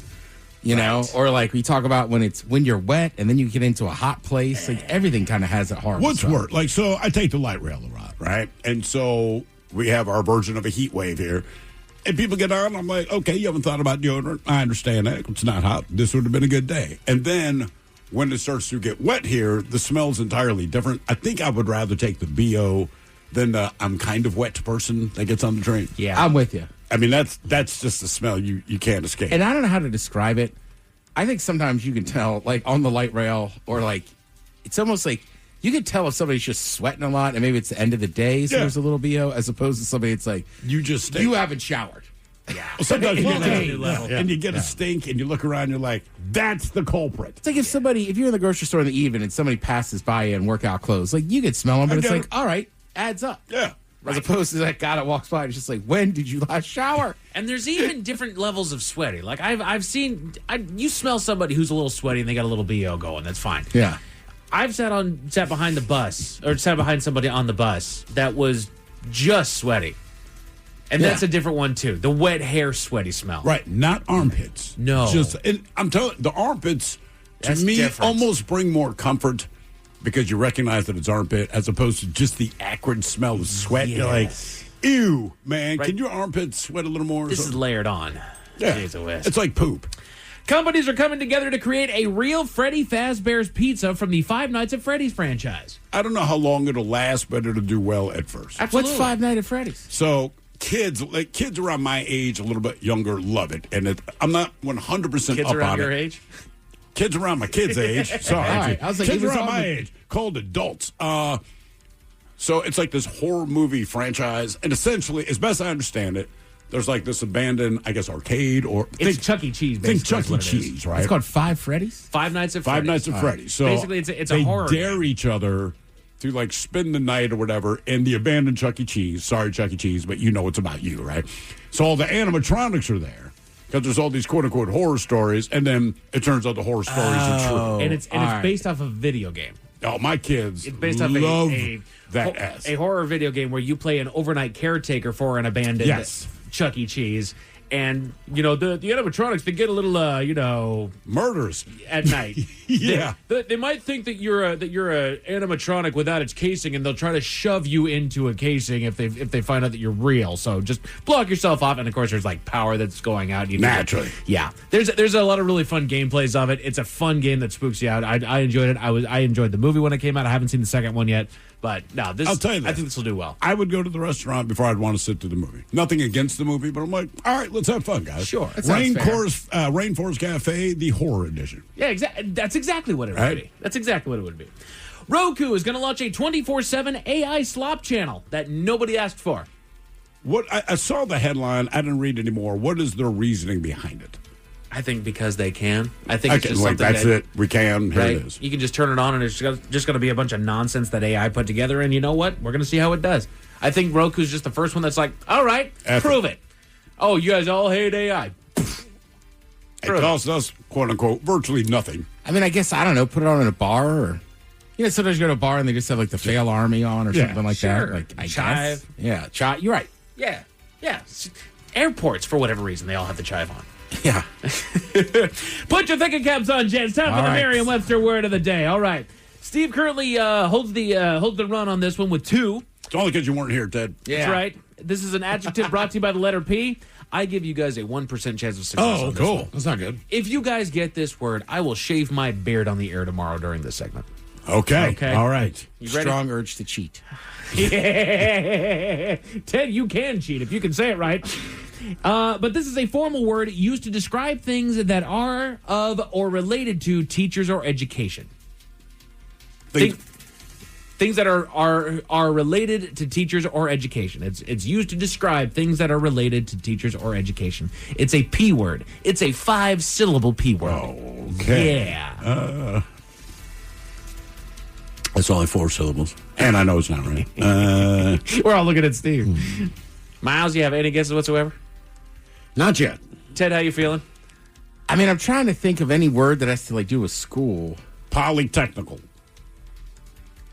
That's a lot of syllables. But no, that's I not got it. 5, yeah. You got 5. The word is pedagogical. Oh, Jesus Yeah, I'm Christ. out. I can't even believe you gave us 1%. Nothing but like you don't know. Well, I have to give it 1% because I'm like, no chance you guys are going to get this, and you'd be like, pedagogical. You just throw it out there. Not pedagogical or God? Pedagogical. Pedagogical. Okay. I don't even think teachers know that. No. Now, All right, reset this you game. need a master's degree to know that one. Yeah, no kidding. Open. Pedagogical. What is it? Pedagogical? Pedagogical. Again, that sounds like Mike Tyson messing something up. I've never heard it used once in my life. How is this the word of the day if I've never heard this doggone word? Pedagogical. A new study suggests that you should start smiling at dogs because it triggers the reward center of their brain. They like it. I think a lot of us do smile at dogs. Well, right, but they're one of the few animals that actually does not take that as a threat. Right. Because it's showing teeth on a lot of animals. Right, like smile at a monkey or something like that. They'll freak It's out. coming to kill you. That's right. They hate it. Also, I understand they have good noses, but passport control at SeaTac, man, the Beagle is way too cute. Yes, he is. I know he's doing a job, but it was hard to take him serious. They need to mug up those dogs a little bit. Like put a leather jacket It looked on like him or he something. was smiling. The I even problem said with the Beagles, we were coming back from Mexico's in Arizona and Phoenix, all right? So we're at customs, and my wife and I, as we're waiting for our suitcases, we talked to this little old white lady beside us. Sweetest, I mean, she's like stereotype, nice old white lady, right? Oh, I just went down for blah, blah, blah. So they're walking around with As the Beagle. opposed to non-old white Right. lady. Mean old black lady. You know what I'm talking about. Listen, fool. I thought the same thing. I was like, okay. Because that's what I mean. So, sweet old white lady, she's just chatting us up, or just waiting for our suitcases, and they walk around the Beagle. And then the Beagle kind of keys in our direction. My wife, as always, what do you have on you? I'm like, if I have anything, I don't even know I've got it, but hopefully some. Anyway, the Beagle comes over, targets sweet old white lady. And I mean, they don't mess around. They're, ma'am, open your bag now. I really don't know what I have. And they pull out these 2 aluminum bricks. All right. They give her the look. And my wife and I are just like, oh, my God. And keep in mind, everyone's now watching. It was 2 ham sandwiches. Oh, no. Yep. The Beagle, look, I don't know if it's there to sniff drugs, if it's there to sniff bomb-making material, but it's a Beagle. So if you have food, that is number one on its priority. That's right. So, but the thing is, because the Beagle sniffed it out, trust me, they opened it and went through the whole sandwich. They'll hide drugs in there. I know, but they still had to confiscate it. And she's like, dude, like, they're ham sandwiches. And they wandered off. I'm like, yeah, that's a Beagle. I agree, Ted. They got to put like a mohawk on them. We're like, It just looked like Crazy he was demon smiling eyebrows at on everybody, him. and he kind of walked near me, and I like stopped, and the officer was like, "Oh no, you're fine." I was like, "Yeah, I'm fighting the urge to pet him. He looks so nice," and she was like, "Yeah, I know, I get it all the time." I was like, "All right, it's just a cute little puppy dog. yeah." he just looks so happy, Get a Doberman. right? Or like German Shepherd puts fear in me. No one's going to have one. That little dog. I was like, "What are you doing with your little jacket on?" Oh, you work for the government? Sure. What would you guys say is the most luxury item that you own? Be it something that's on your person, be it something that you have in your home, or anything that you've enjoyed. What is the most luxury item that you think that you've enjoyed? Ooh, luxury from a standpoint of price or from... Yeah, you know what? You've got, you're riding first class. We're in luxury. You stepped up the car a little bit. You're riding luxury. Ted, you've got the Rolex. You're riding luxury over there. Got the gold chain. You got a luxury. Yeah. Think about it. Sofa in the basement. Oh, Ozzy Osbourne cologne. There you go. Ozzy Cologne. He finally Yeah, I got it. got that. It finally came in. Update? It's great. Between that and the Blue Chew, let's rock. I'm going to roll. The Men's Room Top 10. Me and you're going out. The Men's Room Top 10. Told you it worked. So we're going to the other side of this. Have you guys ever had a luxury letdown? What we have here is we have a list of examples of people that got luxury items or got luxury experiences and just wasn't worth it. Okay. All right. Okay. Bottom of the list. They go with just fame in general. The constant scrutiny and pressure make it way less appealing. I would not know. Yeah, right. I mean, I consider us to be on the low end of things, but I can see how people on the higher end of things, it's a living nightmare. They can't go to QFC to grab just a ham because everybody knows, oh my God, that's Leo DiCaprio. Unless you're like an influencer where you want that, then yeah. If you get a divorce, who's the guy now? Actually, He likes Hilton. ham, Ted. You know, there's a lot of people that are very famous that live in Seattle because people just leave you alone here. Sure. Yes. So, I mean, whether it's So they live in New musicians, York City, actors, all that LA. stuff. I mean, there's tons of people that live here just go under the radar. Nobody cares. They do. They just, we won't say anything about it. Like, oh, God, that's Eddie Vedder. They know you're talking about. That's right. But you won't say If anything. everyone to them. around you whispers when you walk into a place, they know who you are. Exactly. Or you could be like me and just be drinking with your girlfriend at the time, be a complete idiot, not realize it's Eddie Vedder sitting next to you. But still chat him up. Yeah, still chatted him up. Just had no idea. I bet you he appreciated that on some level. Like, no, the guy just talked to me like a normal human being. Cubs fan, huh? I was like, he knows. I look at her and I go, he knows. He was there, and he was like, oh, yeah. Where was he? What? Lollapalooza? Right. No, this was old school at the feedback. I know Right, that. yeah. I mean, we're- It's just Ted's line. He knows. Right. This guy knows. that was a great bar. Over in West Seattle? Yeah. That was my place. It was awesome. They go with in-ground swimming pools. They have the What? same. Yeah. A lot of maintenance for something that's used occasionally. bull. okay. Bull pucky. I get that, but having one is awesome. Yes. You can ask my uncle, man. He's in it every day. Is he really? Oh, God. Where's he at? Florida. Right. He's not in Western Washington. Yeah, here, I'd be Well, yeah, like, no, I mean, sucks no, here. you got to know where you live. I mean, like anything else. Yeah. actually, my friends just bought a house that has an indoor pool. There you go. They found a house. I can't remember the name of the neighborhood, but like the people that own the house have lived there for 400 years. So it's a cool house, but everything in it is dated. So like complete pink tile bathroom, and you're like, wow. And then you turn the corner, and I'm like, oh, this is why I bought it. They're like, yeah, man, I can look past the pink tile in the bathroom because we have an indoor pool. They go with VIP sections at music festivals. One person described them as nothing more than fenced-off seating areas. I don't think I've ever done that. I've never been in the. I've never been in the VIP seated section. Without working it. But I will say this: if someone ever asked you to go to a suite at the Mariners or Yeah. at Seahawks, worth it. Yes. The food is ridiculously expensive. It does not matter. That is worth the experience. Yes. From a sporting, and if you're there for a concert, same thing. Especially the Seahawks, man. You get your own, Yeah. your own bathroom in there. Oh, God, yeah. You get Yeah. elbow room. You know, there's The something about chicken being in the nuggets aren't environment. quite as dry. Oh my god! Put a couple pans of food and like tell people fend for themselves. Luxury letdowns, Michelin star restaurants. Good food, but not always worth the enormous bill.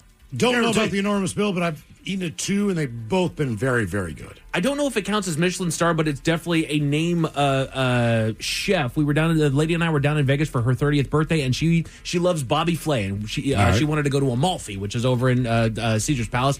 I'm sure it's got a star because he's just that guy. Right. 4 of us combined, we got apps. Each of us got a plate and a drink, and it was over $400. Worth it. It was worth it. It was phenomenal, dude. I felt that way about, was it Nobu? Is that the name of it? Yep, that's down there. Yeah, that was not so much now. They changed a little bit of their menu, but the first time I went, because my wife's like, we have to go. And I'm like, I'm looking at the menu online, like, baby, we got to sell one of our kids or kidneys. Right. Place we but went in we Germany. went there, and I'm like, this was worth it. What was that place? What was the name of that place in I Germany? can't remember the name of it, but that was Michelin star. That was very good. That was a plated dinner, like course, a little different. But I just went to I don't think it has a star, but it's in the guide in Dublin, and it's Asian fusion called Big Fan. Big fan. It was awesome. All right. I Yeah. like it. What'd you get? Oh, I had duck ribs. How Duck tiny are they? ribs. They were like that big, or duck wings. Okay, okay. wings. Duck ribs. Yeah. Like, God damn, man. And then they had Teeny this, tiny duck ribs. They had this fried chicken that I can't even explain. It was the best fried chicken I ever had. And there was like a cheeseburger, like dumpling. Could they bring some of the Ireland food to the Irish pubs in America?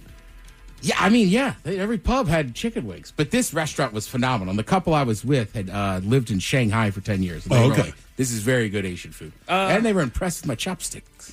Luxury letdowns going the complete opposite direction of what we just said. Going to a pro sporting event. They say way too expensive, and usually you'll get a better seat at home. You know what? If you like going to those things, man, if you like going to live sports, you just like going to live sports. Right, don't care about that. Right. Sometimes, yes, the weather's going to suck. Right. You're going to have those experiences, but that's all part of that. Don't go to concerts. You pay too much money. It's so loud, The Bills opened up their new stadium, pour down rate. Right. I mean, but people are probably excited to be there. Exactly. Football season's coming around. I mean, I think baseball, because of bleacher seats, MLS are still, but like, man, American, like, football's just so expensive. It is. It is. Well, okay, like Daily Megs. They're doing that thing Sunday, Tacoma Rainiers. Correct. Go to a minor league baseball game. Oh, it's you don't great. have to go see the Mariners. Just go watch live sports. Yeah. Go to a Friday night high school football game. Cheney Stadium's You know? fantastic. There's not a bad seat in the house. You got the R bar out there. Next spring, do what I did. Go up to Everett and watch the Wolfpack, the arena football. Oh, yeah. It was great. Dude. They say owning a boat. Boats are money holes, and most of the time they're a lot more hassle than they're worth. What's it? Bust out another $1,000. I've heard that from everyone that owns a boat, but they won't give it up. What's the saying? The best and worst day of your life. Right. The best day is when you buy, or the worst, like basically, like once you buy it, you love it. Then as soon as you get rid of it. My problem with it is the water. I'm buying the boat because I want to utilize the water. Sure. We cannot utilize the water here because it's so damn cold. Yeah. If I'm in Florida, I don't care what it costs. Yeah. I'm taking advantage of my boat. But, can't really do that here. My wife's convinced that she wants a yacht. She wants, because she wants a yacht. She wants a yacht so that she can lay out on the water while we're out there on a nice sunny day drinking a fancy cocktail. I said, no, you want a friend with a yacht. Correct. That's what you want. You would like the money to buy. I almost had a friend with a boat, but he sold it. BT. Oh, he had a night. He won that thing. It was a doggone Mariner boat he could have taken us on. Shoot. Designer clothing and handbags. Apparently the excitement fades quickly after the purchase. Yeah, because it's clothes or inevitably go into a closet. Look, and they might be comfortable, they might look cool, but they serve the exact same utility. Yeah. But look at this fancy handbag. What does it do different than the JCPenney bag that woman has? Right. Bottle service at clubs. Thousands of dollars for an underwhelming experience. No thanks. I agree 1,000%. No kidding. It sucks. It's so expensive. And then some places now, people have caught on, depending on the crowd, they'll put the prices up or down on the bottles dynamic as well. pricing. What do I get for bottle service?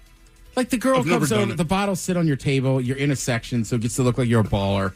And then technically she should come over and or he, well, it should be a hot chick, but they should like kind of mix the drinks for you or whatever. So it's all appearance. It's basically. just status. Okay. Yeah. And All like, I just hate it because now it's like, you go to a club that's all like half the club is like bottle service VIP, and it's like, this is ridiculous. First class flights. A bunch of people are saying that the upgrade isn't worth a massive cost. Depends disagree. entirely on the flight.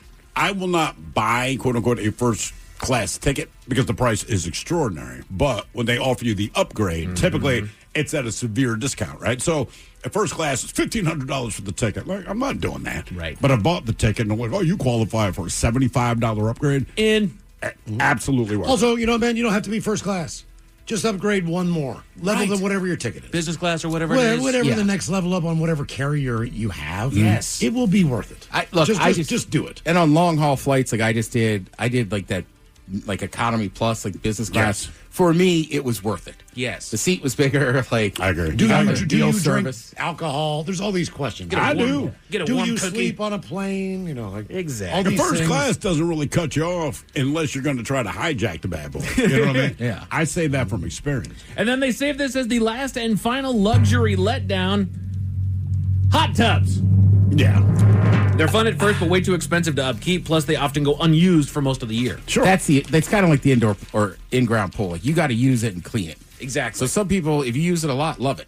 Yeah. I feel like those are called retirees. Yeah. I helped my old man install his, and he used it for, a good season. Sure. And then it just Hot became a tubs are chemical like thing. a sit-down Bowflex. Yeah, that's right. You had good intentions, but you ain't going to use it. 2 men in Australia found a gruesome murder scene. Or What did they? did they find? Tell about it at 5:15. Thanks. Our headlines are coming up at 5:15. In the meantime, have a minute to drinking time. Somebody out there deserves to be recognized. And the men's room knows just who it is. So to you, we say, bottoms up, sailor.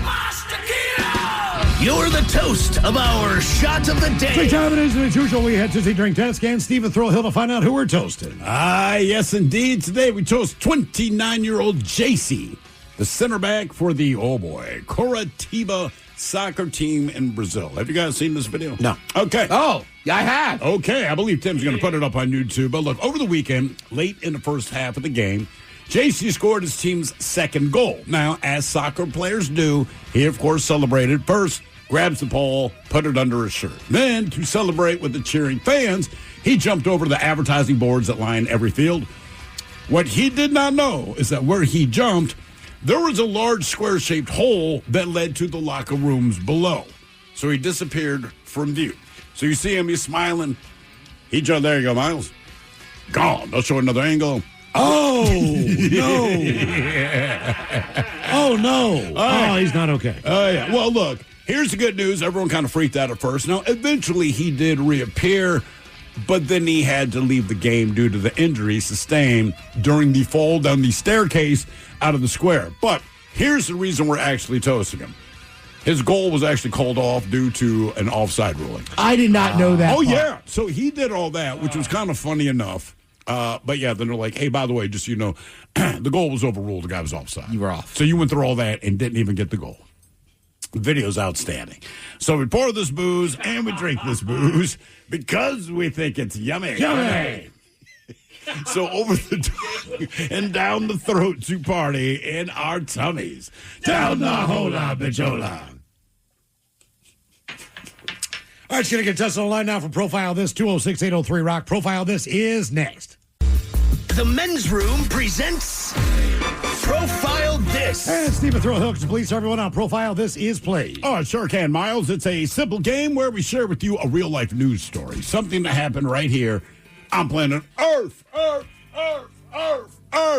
And as you listen to the story, based on the stereotypes you believe to be true of people and the decisions that people make, we'll ask you what it is you think makes the story a story. Hello, Anthony. Welcome to the Men's Room.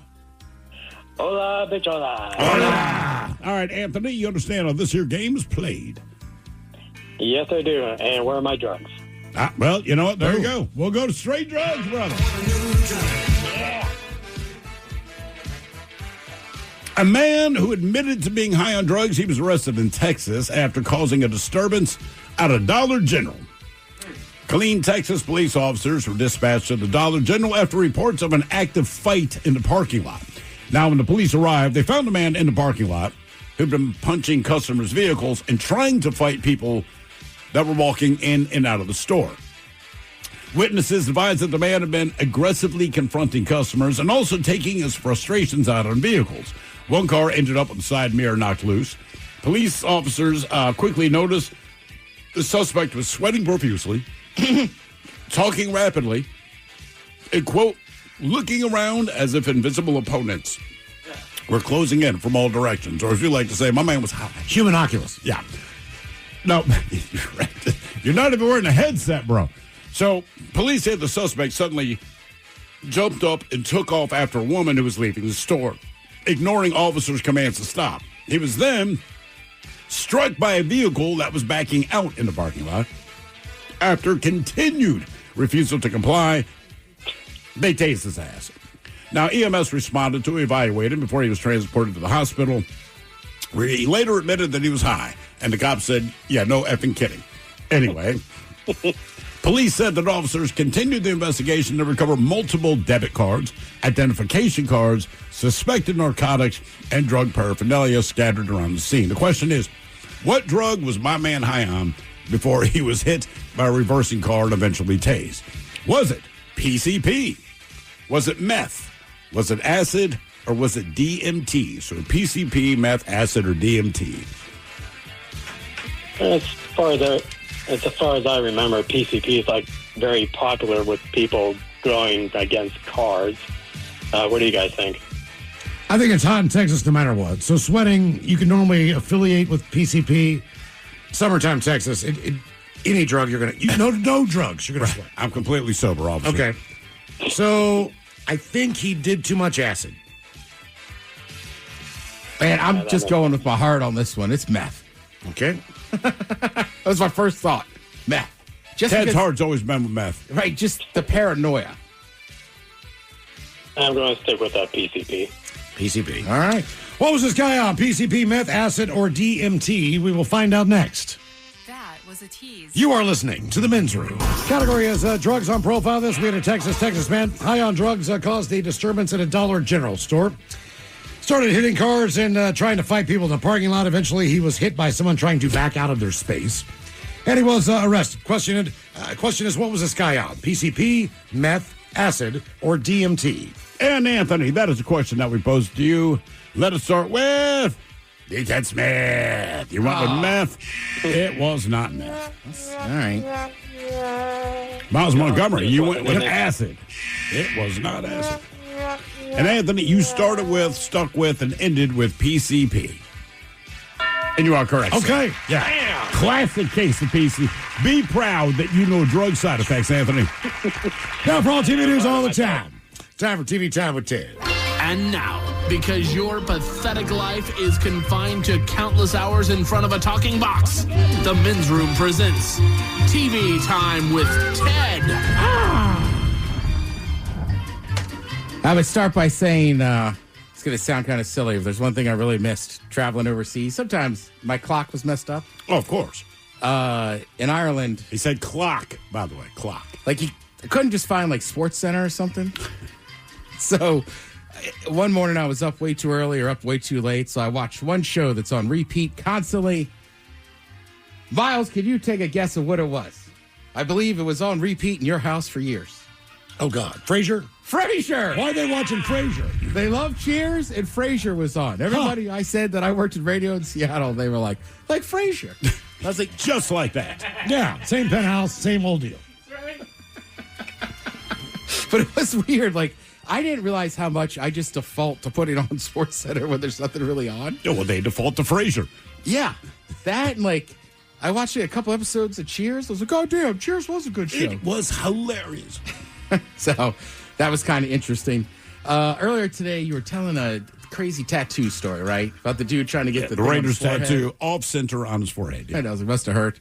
So it's kind of an interesting list. It's like TV characters that had kind of the best tattoos. All right, okay. So did you guys ever watch Arrow? I did not. I was aware of it, but never watched it. I did watch a little bit. That was Stephen Amell, who he might Correct. actually be from out here. I think he is. Right, and it's the Green Arrow from DC. Yeah. Is who he played. Oliver Queen, whatnot. He's Hello! Yeah. Is that like a DC comic? Yes. Yes. Okay. It is. It was on CW. Didn't get a whole lot of traction. Was but it any good? I liked it. First couple seasons, they were good, yeah. Yeah. Well, they just say like his tattoos and scars. It was key to like the character. Okay. All right. He learned a lot. Little Pete Wrigley and the Adventures of Pete and Pete. This is like a little kid with like a big forearm tattoo. All right, like a Jessica Rabbit. Oh, all right. All right. That's on PBS probably Saturday mornings. Yeah. So again, some of these people I'm sure have real tattoos, but these are just kind of the character tattoos of course, they had. Gina Carano played Cara Dune in The Mandalorian. Yep. Right, so they were just saying the Rebel Stripes tattoo on her arm, pretty cool face tattoo. I really miss her on that show. And she was hot. Yeah. And she was yeah. Speaking of hot, it's hot in here. Sorry, give me a second. So take off all your clothes. Yeah, Ted. Yeah. Oh, look at that. You're wearing a shirt underneath your sweatshirt. Who does that? Yeah. See? Oh, no. yeah. Did you? What, is that real? Oh, yeah. No, it's what? not. Hold on. No, it's not. Why do you go wearing long sleeves? I thought you were anti. Oh, dude, you should have washed your hands. I thought you were anti. You have like a bandage on that? Nothing? Well, you could see where they shaved it off and they put the second skin That's on. how I knew it was a real tattoo. Like, wait, you shaved your arm. Wow. What racist symbol is that? It's a Trinitarian cross, red and blue. Mm-hmm. So, DeMatha High School, right? Trinitarians run it. So that's kind of the cross they all wear. And then I wear Brendan Looney on my wrist every day. When his brother was in town, he had that tattoo. So I was like, that was the first time I was like, ooh, I might get that. So I kind of been thinking about it. Yeah. And then. Did you do that here or in Ireland?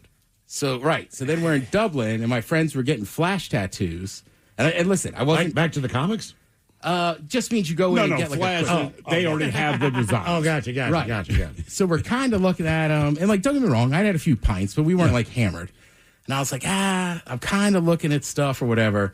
And then it just kind of, and when we were at dinner before that, my buddy Evo, he's like, you don't have any tattoos? I said, no. And I said, I've thought about this one or that one. And he just looks at me. He wasn't being mean. He just says, well, at 45, you're not going to have a lot more firsts in your life. That's true. And it just kind of hit me like a bolt of lightning. So then we got in there. I was thinking about it. This guy comes in. We're in the shop. This Irish guy comes in. He's all hammered. He's like waiting for the guy that's going to do mine. And he's like, oh, no, like, I'll wait for you. And he's like, he did me mother. He did my mother. And I'm like, what? He did his mom. Right. He pulls up his forearm. And he's like, this guy's the best. He's like, I'll wait. If you decide to do it, like, I'll wait.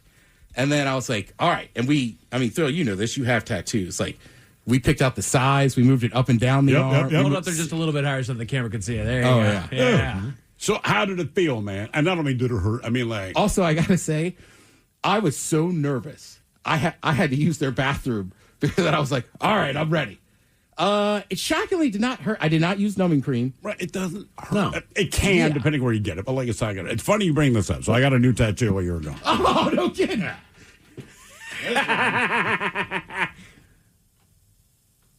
Yeah, right there on the back. So that's a drawing from my daughter. And it's like this anime-looking fairy, right?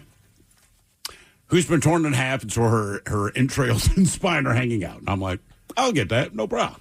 So there we go. We both did something. Good for you, man. Yeah, right. Good for you. And it actually looks good. It does. Yeah, It does. like the lines were super clean and everything. That is a clean piece of work, man. Yeah, it was funny. Is they're like, Did they know what it was when you told them? No, I had to like pull up the picture and show it to them because they were all Brazilians. Oh yeah, in the tattoo shop. Yeah. So yeah, and then like between that, plus I also figure like, look, it'll always. It's not like I'm not gonna like Damatha. Sure. It'll remind me of Looney. I got it in Dublin, Ireland. It'll remind me of that. So there's just so much into it. That's the whole thing. Yeah. Right. There's always something behind it, man. Yeah. And that's the thing. Right, because the little flash ones, like I could do that, but I feel like for my first tattoo, well, I don't want to say only because they were joking with me. They're like, "You're actually 45." I was like, "Yeah." And the guy was like, "You're gonna get addicted." I was like, "No. This is something I've been thinking about. This and that." But yeah, it's wild. I'm a tat guy now. Yeah. There you go. Can't believe you just come out here. He did my mother. Just like, Mutter. You guys must be really close. Did my mutter. That's you great, did man. his mom. Yeah, and then that night, whew, I mean, you talk about endorphins. About to say, man, how high were you on that? It was unreal. And we were right in like that Temple Bar area. So, I mean, you're going out to bars. Even like the next night, like at dinner, there was like a glass partition. Right. And I saw this girl showing off like her new shoulder piece. And I just like knocked on the door and showed her like the second skin and was like, yeah. Yeah, I'm telling you, man. There's a whole thing to it, man. Yeah. But yeah, didn't hurt that bad. The only person who was a little awkward was my mom. Mom's, because it's your mom. Oh, come on. You can't win. I know. And I said, well, I don't know. It'd probably be the only one. She's like, I'd prefer if it was the only one. And I'm Well, like, your sister's got him, right? No, I did not realize this till I got this. I think I'm the only Smith of my dad's generation and my generation that actually has one. All right. Okay. Yeah. Very cool. So we had talked about getting Christina, and I just always liked that placement. But yeah, like, so, I mean, you could see it, not see it, or you could wear a sleeve. But that's why today, like, I came in here, I showed Mike earlier, but like, I didn't tell anybody. I had no idea. I didn't No tell idea, dude. anybody from work because I was like, I want to surprise them during TV time. And I got my little Neosporin. Yeah. You can imagine me. That's Aquaphor, right? Yes. Okay, don't use Neosporin. If you're listening, the only reason, because Neosporin will draw the ink out. Oh, okay. You don't want to do that. That's all. Aquaphor is the way to go. I'm sorry, I'm done. I'll shut up. Yeah, or Lutriderm. Yeah, anything like that. You know me. I'm such a psycho. I was like, all right, I'm going to take it off and then gently clean it, this and that. So, yeah, just awesome. And that's what I'm saying. Between the Damatha stuff, Dublin, I'm like. And Dublin, dude. It's pretty easy to know. I'm hoping, like, other tat people will ask me where I got it, and I can be like, can't afford it. Like, why? It's like, because he's in Dublin. Yeah. Like, you can't afford my artist. The question you're going to get Can't afford is, a plane ticket. what does that mean to you? Because no one's going to, obviously it's a cross, they get it. Why is it red and blue? You're going to get those questions. Then when you explain it, and that's the beauty of tattoos. There's the story, then they know what your interest is, and that's what I'm saying. When tattoo people look at each other, like, you kind of understand each other. Let the guy that wanted to get the swastika on his thigh, like, oh, I get where you're coming from. I see your position. Yeah, exactly. Makes complete sense to me. Right. But I mean, also, like, I looked at that guy so many times, and I was like, blue first, red over top. Like, so let's make sure we have this done. Yeah. So, like, when they shade it in, you could feel that a little bit, but like the outline and stuff, like once they start, you go numb. Well, when they shade it in, the problem is they're reattacking an open wound. Right? So you outline it, you have created the wound. And then when they shade it, it doesn't like hurt, but there's a little burn that goes with it. Yeah. Yeah, and you kind of go like, all right, I understand, though, because my skin is sensitive, my body's trying to reject all this, but yeah. Yeah, and then I'm trying to, like, just zen out and kind of just chill and let them do it. But then, like, drunk people keep coming into this tattoo shop. And it was, like, a raging, like, party behind us. And, like, one person, like, I got up and he was like, I want this tattoo. I was like, I just got my first. I don't work here. Yeah. They're like, oh, he thought you worked there? Yeah. So it was super cool. How long did that take? I think it was like 45 minutes, maybe? Yeah, probably like 40 minutes. Yeah. It was €200. I mean, it was a little more expensive, I think, because of the area I was in the tour. You going to do it again in Dublin? Right. We're eating this. I was really hoping I'd run into somebody in some Damatha gear. So I'd be like, look at this.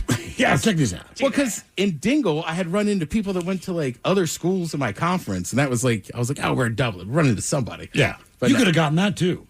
Just a little tattoo, a piece of toilet paper on the back of your butt. That is one bad thing about Ireland. They need to up the toilet paper game. Uh-oh. Really? The Like hotel. one ply? It just was harsh. Sandpaper. That Irish eye ain't smiling. It was not. My Irish eye was unhappy. Yes, it was not smiling. Right. That Irish eyes were hurting. And I'm sure everybody knows this, but it is very weird to shower just like with one arm Don't get up it wet. for like 4 days. And you're just like, all right, this is just how I shower now. All right. Yeah. Good on you, man. Yeah, I'm super pumped. And again, just it means a lot. It was an awesome experience. This kind of, oh, by the way, I should finish the list. What's it say? He even asked me, he's like, should I just spring it on him? Should I make it a segment? It's like, let's see if we can make it a segment. Yeah, like I could have done it earlier today. I wanted to show Taryn, but I was like, I would have surprised. Like literally right after I got it, I was like, this will work on TV time. Mike, you're next. I'm the only one who hasn't You're the gotten only it. one. I'm the only one dry over here. Yeah, Mark Sean was the same way. He's like, dude, now I'm the only one without one. I was like, oh, whatever, coward. You pee. Miles, by the way, besides the fact I'm going to be talking and saying lad a lot, now I'm a tap guy. Yeah, that's right. Yeah, I know what it's like to go Time under, to get the scooter back. I know what it's like to go under the needle, man. Jax Teller and Sons of Anarchy. Hell He yeah. obviously did not have that tattoo, but the big Grim Reaper and everything, Yeah. that's one of the most memorable The actual ones. cut on his back, yeah. Yeah, exactly, right? And then, every sex scene, you had to put it in there. And then Michael Schofield in Prison Break. Well, but he was sure. supposed to be in prison, so obviously that role demanded a lot of tattoos. It makes sense, yes. Yeah. What are you going to watch tonight? I'd also highly recommend, I just watched it yesterday. If you have HBO or HBO Max and you're a Seahawks fan, I already love Hard Knocks. It's awesome to see Coach McDonald and, what they're doing and everything else there, behind the scenes. Also, I'm kind of getting amped up for NFL, so I'd recommend people watch Quarterback over on Netflix. Thank you, Ted. We appreciate it. You're listening to The Men's Room. The Men's Room returns with Miles and Thrill. Now, let's see what's happening in the real world. All right, goes. We head to Poland where, in a twist, a bison knocks a tourist on his ass abroad. Meanwhile, when you run across the runway to catch a flight, your plan is absolutely flawed. A not-so-sorely Charlie attacks a swimmer at the beach. A pet goose wakes up a family with a loud screech. And a murder inquiry ends up being a doll in a suitcase. It's time for a headline. Now, it's time to hit the headlines. Here's Mike Hawk. Top setting in Australia where a murder scene was discovered. 2 men were driving about 140 miles southwest of Sydney when they noticed a suitcase that had been abandoned. Letting curiosity get the best of them, they stopped and opened up the suitcase, probably to see what was inside. And they opened it up to the horror scene of a corpse that had been shoved inside of the suitcase. They immediately called authorities and an investigation was launched, but it wasn't until about 20 hours later that authorities determined that it was actually just a very realistic doll. It included hair, a nose ring, markings that looked like bruises, which are kind of sick if you've got that in the first place. Police reached out to the men that spotted the case to calm their nerves, informing them that they had not, in fact, happened upon a dead body, which I would appreciate if that was me. That's a good, shout out to the cops for making that call. Right? Yeah. Like, I'm already going to still have to live with that fear and that shock of happening upon a dead body, but then to find out that it wasn't, I feel like that would help it a little bit. Yeah. You're still going to be traumatized. You're still going to have that, but why did it have bruises? That was the part that bothered me. Maybe it's like a Halloween doll or something, for decoration. Okay. I'm just trying to save it. I don't know why you'd have that. You know what? That's probably the best one, Ted. That's probably the best explanation. Right. We're coming up on it. It's around the corner. It'll be here before you know it. Well, yeah, my grocery store is all Halloween. Oh, yeah. Yeah, my social media is all Halloween right now. It's ready. Oh, the spooky chicks. Yeah, that's right. They love it. They are. They're coming out. They're blossoming. In other news, we go to Cuba, where beachgoers also got a bit of a startle. A video has been going viral that features folks on the beach frantically swimming and running away from a shark that was charging up onto the beach. We talked about this earlier today. Luckily, nobody was caught in the predator's jaws, but that's likely because after everyone made it a safe distance away, it was determined that it was actually a 650-pound tuna that had them all in a panic. After making that discovery, they all rushed to the beach to help, noticing that the fish had somehow injured itself, likely due to fishing gear or a jet ski that had come in contact with it. Beach patrons were able to push the fish back out to sea using sunbeds and deck chairs to give them leverage. Miles, I did think the exact same thing that you did. It's like, what if we just reel this thing up and have some really high-quality tuna? I mean, just have a fish fry on the beach. I know. Everyone's invited. Something. Who doesn't like ahi tuna? Somebody's got to know somebody that can fillet just that crisp doggone it up, thing man. out there. We eat it raw. I don't know. Could it be fatty? I don't know, man. Right. It's just every video I've seen of like people carving up those tunas, they're using like samurai swords. they're big. yeah. Or like, what do you call like the hand saw, like electric Yeah. Chainsaw? jigsaw? Oh, jigsaw. Yeah. They're not a soft fish. No. But I'm with you guys. You're probably not going to sell it anywhere. You might be able to. You might be able to fence it somewhere, but carve it up, man. Let's have some sashimi. Yeah. Let's go. How about it? To Mother Russia, where you're missing your flight is no problem at all. A plane had just left the gate and was preparing to make its way to the runway to take off when a couple passengers that were supposed to be on the flight made a scene. Now, instead of accepting that they had just missed their plane and rescheduled their flight, the pair of high-heeled clad women, they burst through a restricted door onto the tarmac and started sauntering over to their flight. Because that's gonna work. Yeah, hey, drop the stairs for us. We want to get up. I'm sure the pilot's like, oh, wait, there's two people waiting for us. Yes. They attempted to get a hold of ground control to let them on the plane and get their attention. They did, though it didn't end the way that they'd hoped. The women were both arrested by the Federal Security Service, who says that they're pressing charges against the pair for being in a restricted area without authorization. Who thought that would happen besides everybody? It was determined that the two posed no threat to their or any other flight, and normal operations continued shortly after. They're just stupid. They're just morons. And Tim's got the video up on YouTube right now. It's just... What was the game plan? This isn't running after your taxi cab. This is running after a plane. In what world have they said, oh, you know what, throw the stairs down. They're works. hot. They're hot little Russian guys. Wow. Yeah, I didn't realize. I guess you said it like that plane is taxiing. Yes. Yeah, It's pushing It's like away. it's just- yeah. It's pushing stop away. for us. It's not like knocking on the bus window, asking them to stop at You the light. will fall out of window. Right. I just feel like there should be a security check that they shouldn't be been able to do that. Right. Well, you know, you've gone by the doors. Yeah, you're right. It's You just know a what? little emergency exit. Yeah. They tell you not to, but I sometimes think, like, what if I just went out there? Yeah, I'd be arrested, probably shot, you know. Yeah. It's fun. Shut it down, ruin the day for everybody. What happened to Mike? We go to Poland, where they're finally putting Yellowstone tourists to shame. What happened to Mike? A video is going viral that shows a repeat of what we saw just recently in Yellowstone. A tourist in a national park being bucked by a bison. The tourist makes a couple attempts to stand after being struck by the animal, only to be knocked back down by the massive beast. It's only when someone rolls a car into the open field to put distance between the two that the tourist is able to get back to safety. In spite of the staggering size difference, no serious injuries were reported. The bison is absolutely fine. Did not know of the bison of Poland until kidding. Until today. It's like the Polish bison. I never heard of that. There's like 900 bison that are native to that park. Where are they buffalo? Ted? Africa and Asia. That's it. But they don't look like the buffalo we think of buffalo. No, they look like water buffalo. Because that's a water buffalo. Correct. Yeah. So where's the real buffalo? So why do we call them water buffalo and not just buffalo?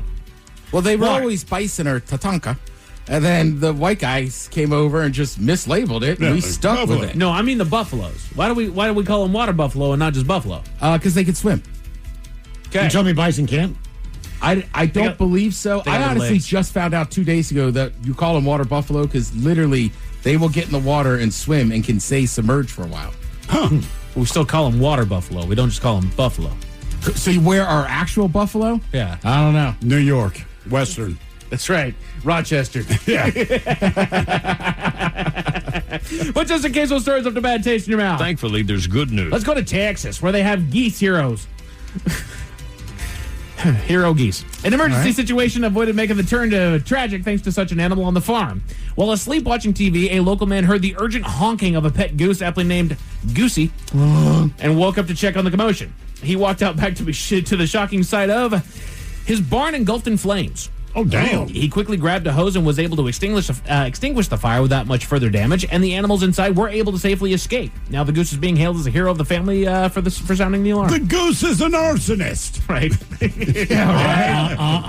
He's setting the fire. What are you talking about? Herky, herky.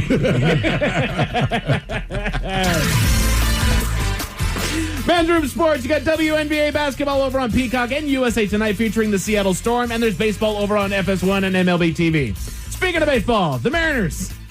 Those pesky Mariners. Jesus. Well, the Rays are the best team in baseball. Yeah. But they got to get through them. Why would you host your 50th anniversary celebration weekend when you play the Rays? Look, the Rays kicked the Yankees' ass. I think kicked the Red because Sox they're ass. like, we're going to lose to everyone. They did. It just would have seemed nice to have one win on that weekend. One. They managed to get swept by the Rays in all 3 games, which if you don't know what that means we didn't win one the 50th anniversary weekend. They're off tonight as they make their way to New York to take on those rascals known as the Yankees. That should be fun. As far as your weather, we're on a real good stretch for the foreseeable future here, gang. Rascals. Should cool down to a low of 57 tonight with partly cloudy skies, continuing on into tomorrow where we're looking at partly cloudy skies and a high right around 78. That's it for your headlines with that. My God, is out. Thanks for tomorrow. Since Ben, Taryn Daly and Steve Mix join us. We have bands that reference their own names in their own songs. Okay. Yes. Lovely Jolene up in just seconds. Yes, indeed. It is all true. But in the meantime, well, we be all about this bitch. So until tomorrow, please do what you do best. And for Aletha's sake, stay beautiful. The Men's Room has been taped before a live studio audience. Wardrobe and makeup provided by Mantastic Limited. This has been a presentation of the Men's Room Radio Network. Oh, man! A Double Flush production.